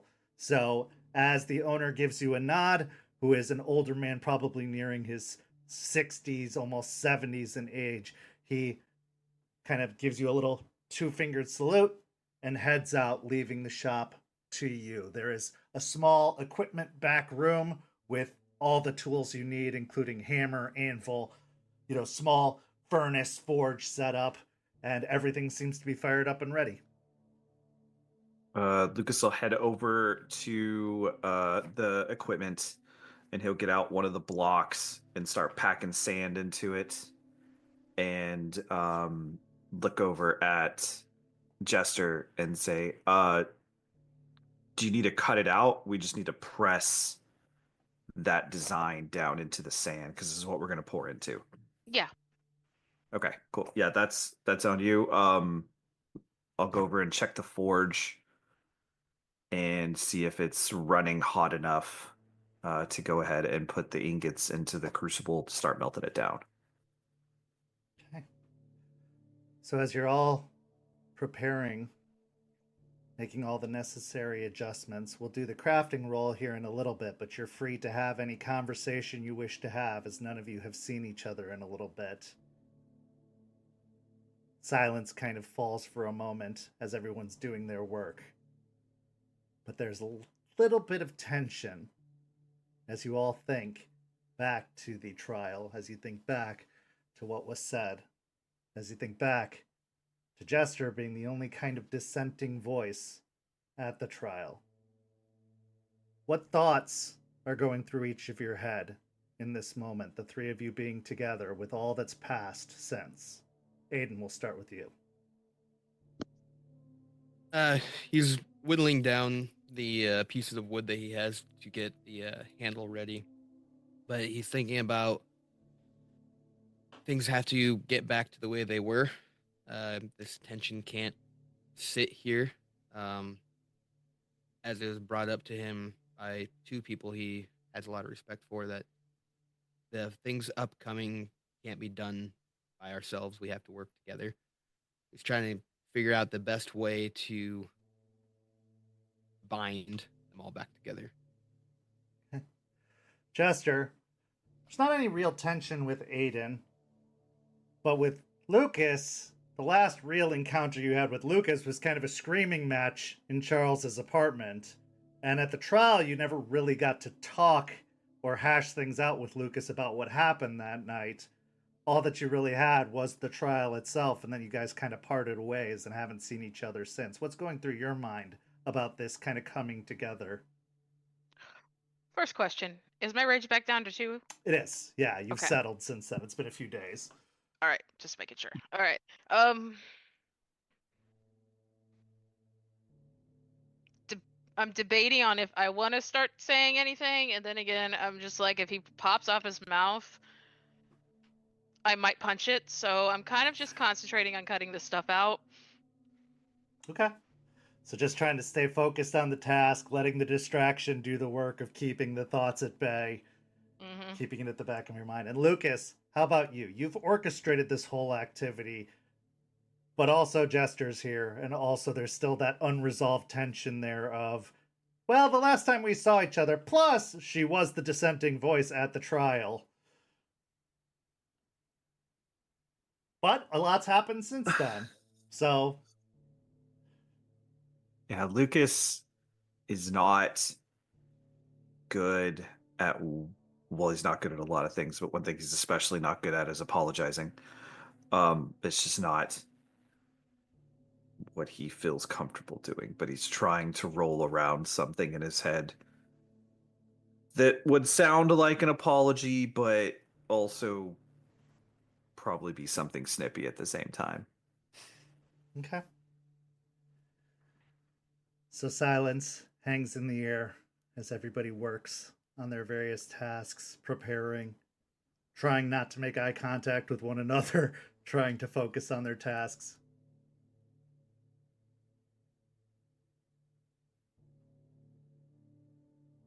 Hey, Jester. Yes, Aspen. Or, sorry. Yes, Aiden. We're working on the thing for Aspen. How is your pen and writing? Hmm. I've been working on a few things, but mostly. Thinking something written on the handle? Oh, no, hold on. Come here. Okay. I'll show him the pictures of on the blade.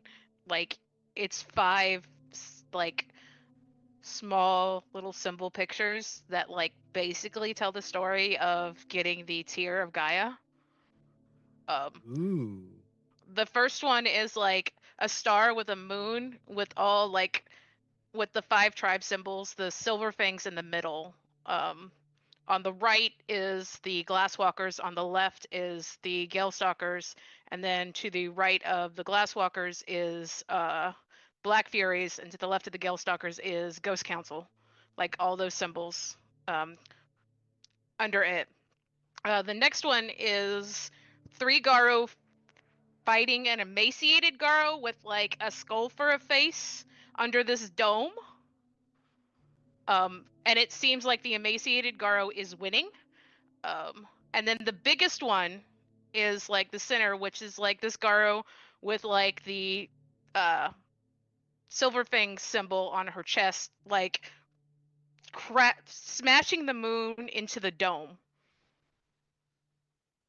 And then the fourth is 2 Garou flying down, like it's like it has little like air things in the middle, like they're crashing into the emaciated Garou. And then the 5th is all 5 holding up the Tear of Gaia. Man, this is so cool. Did you do this? Already helped, honestly. We kind of did it with computer. I'm not great at drawing, honestly. Like, I suck at it, but Me too. My stick figures are getting better. I'm remembering the arms now. well, that's good. But yeah, already helped. But yeah, we came up with this. Figured it like could be along. We're gonna hopefully put it on the blade, I think. Lucas, have you seen this part? No, I haven't. Let me see that. This is... It's good. You didn't do the detail too small, so it's going to actually show up pretty well in the cast. Yeah, we tried to keep the detail kind of simple, so that it would show up. Nice. Okay, so I need you to these two blocks of sand. I need you to press it in there, and then we're gonna flip it and press it into the other side, and then we're gonna clamp all this together. Then we're gonna poke a hole in the top, and that's where we're gonna do the pour. Okay. It's gonna get hot, and please watch your fingers. I mean, we don't just nobody go to Galabro, please. Just don't, because it's gonna get really bad if we screw this up. Because this is newsflash, first time I've ever done this, so this is gonna be an experience for all of us. Cool. Always great for first times. Yeah. Okay. So as you're preparing, Lucas, you start to feel the pinpricks start to climb up your back, up onto your shoulder. Tick, tock, tick, tock. wasting time.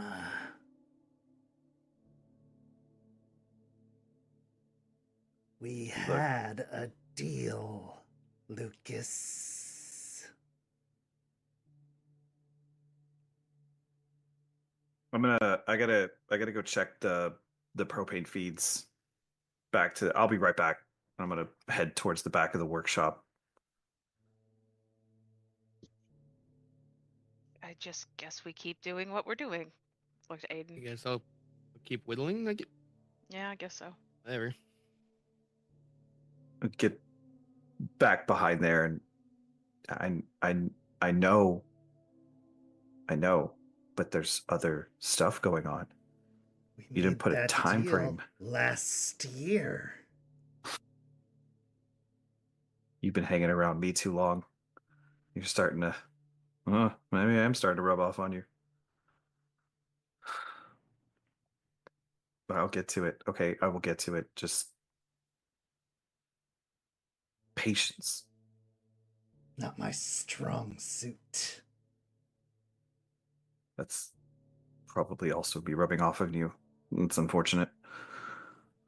Okay, yeah, we're gonna get to it. Just let me do this thing. Then we'll get to it. What about the other one? You have the pieces. Why are we wasting time with this one? Also something that's gonna come up later. Just let it go. Lots and lots of empty tasks left hanging. Lots Yeah. to do. Yeah, I know. New Year's resolutions? Not making any more promises or deals with you right now until I clear the table on what we already have. Fine.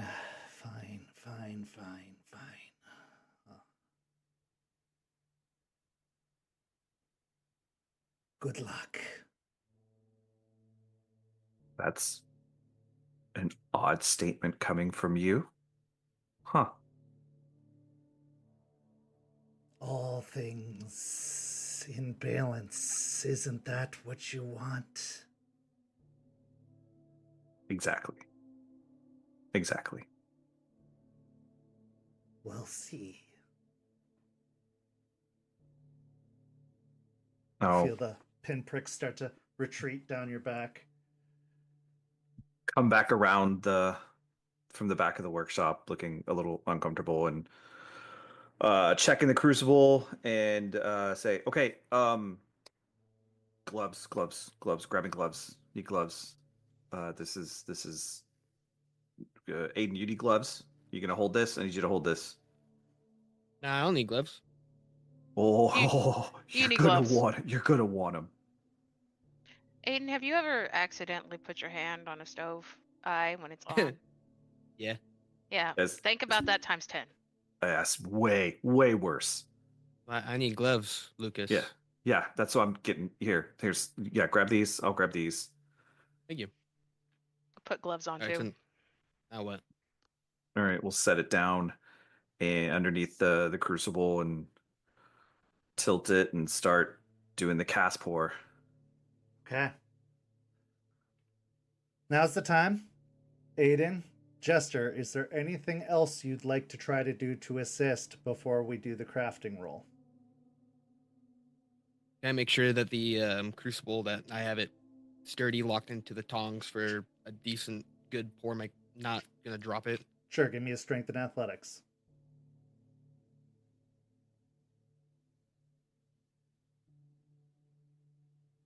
Five. Okay. Jester, is there anything out of the ordinary, anything unusual, anything creative you'd like to throw into the mix?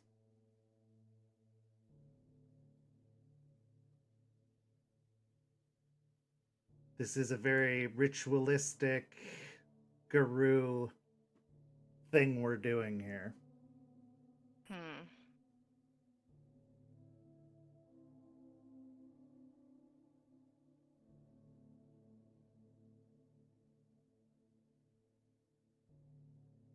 I think I will really I can't do anything for the actual like creation of it, but however, I could hum a song to help like keep things like just rhythm of things going. Okay. What song? I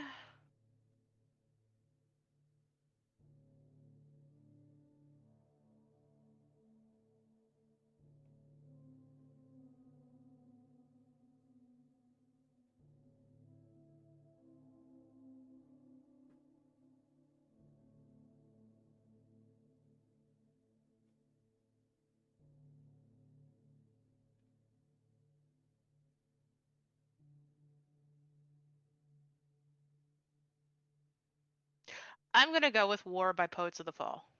Okay. So as you start humming, roll me a charisma and performance. And if you have singing, you can add the additional die. I do not, Okay. but it's fine.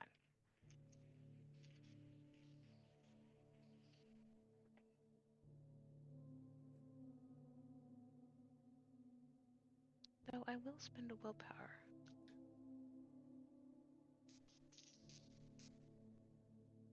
Glad I did. That's 6 successes. Okay. Lucas, go ahead and make me an intelligence and craft with 2 additional dice. Contributed from Aiden and Jester. Rage 2. Uh-huh. Okay.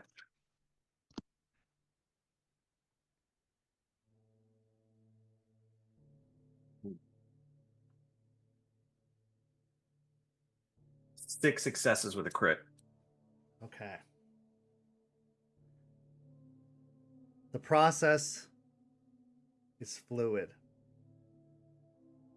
Everything seems to work as it should. As Jester sings, the song starts to take the rhythm of everything. The flowing of the hot metal.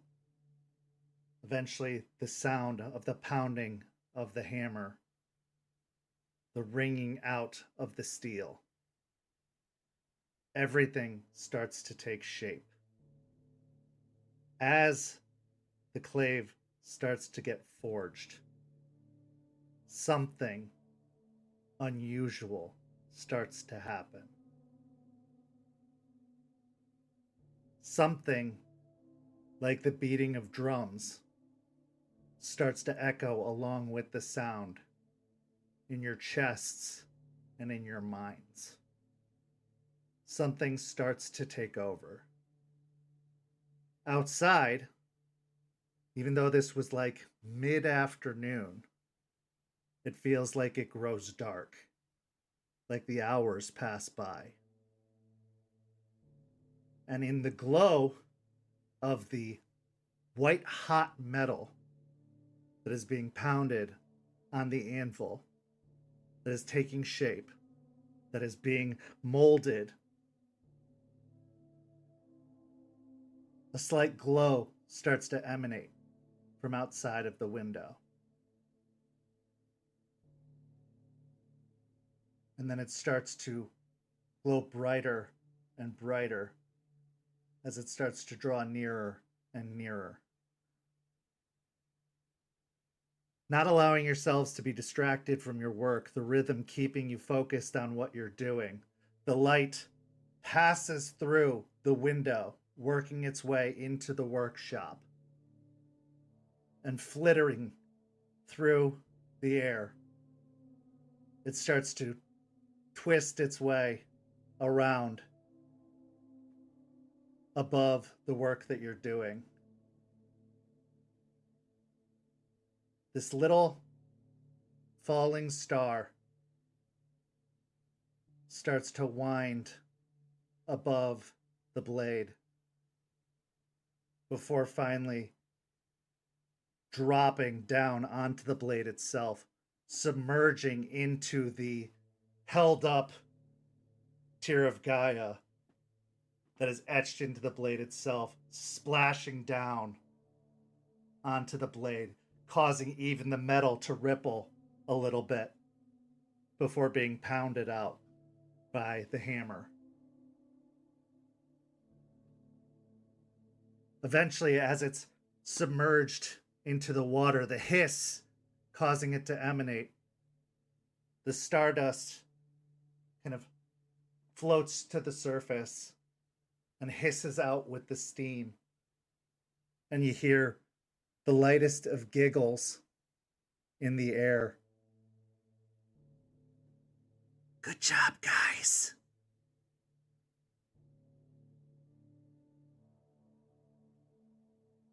The blade has taken shape.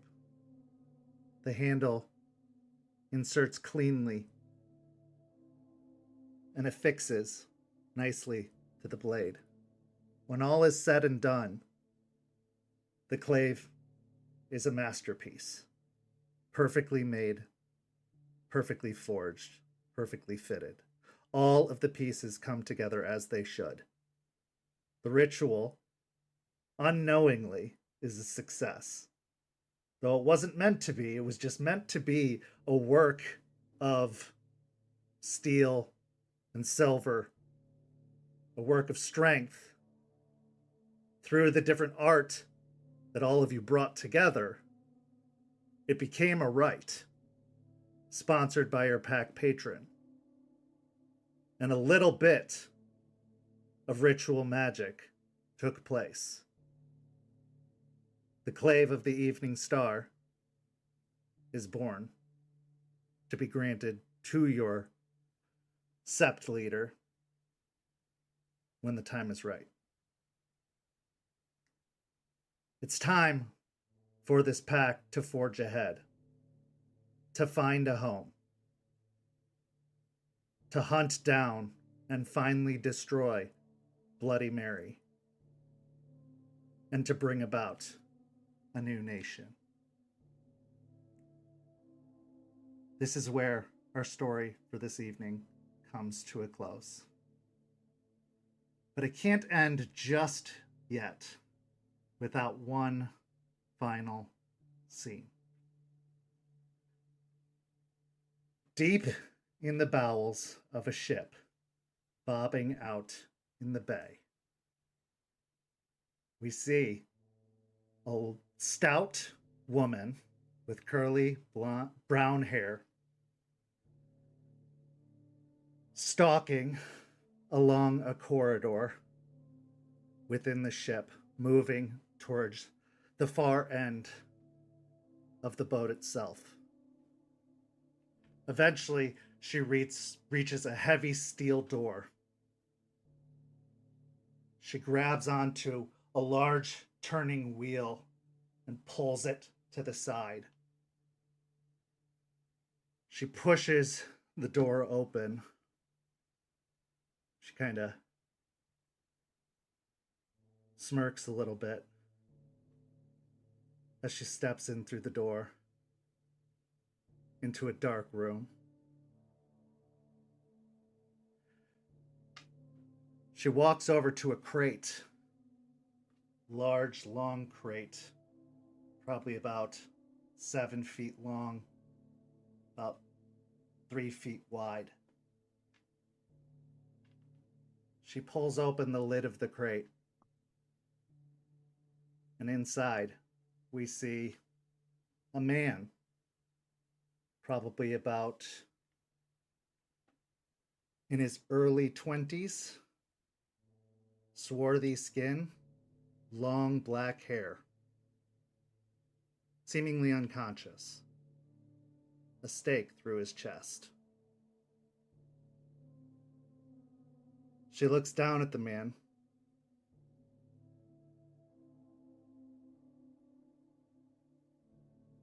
Hello, my prince. Ready for a final voyage?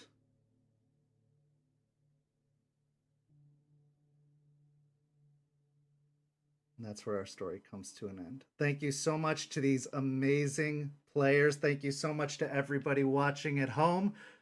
Stay tuned. For the next 2 weeks are the last episodes of Season 2 on the hunt for Bloody Mary. Thank you to the players. Thank you to you watching. Go follow St. Pete by Night on all of the social media down below. And if you're interested in the world of darkness, come join us on St. Pete by Night by following that Discord link listed there. You can be a part of our community and you can join in on our one-shots or just come chat with us. We talk about all kinds of fun, nerdy stuff. We'd love to have you here. And next week, we're hoping to have our beloved Silverfang champ back. We missed you. We love you, and we can't wait to have you back. But thank you so much for watching, and we'll see you next time. Have a good evening, everybody. We'll see you soon.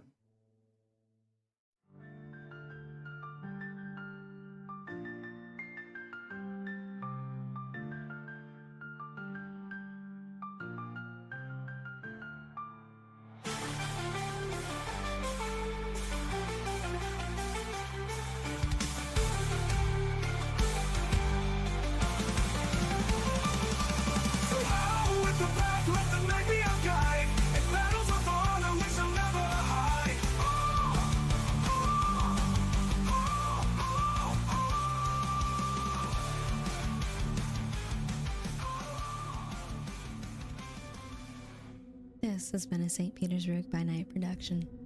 Rage Across Tampa is produced in agreement with the World of Darkness and Darkpack. The storyteller for Rage Across Tampa is Kent. Tonight's characters were voiced by Preston, Champ, Noree, and Weiss.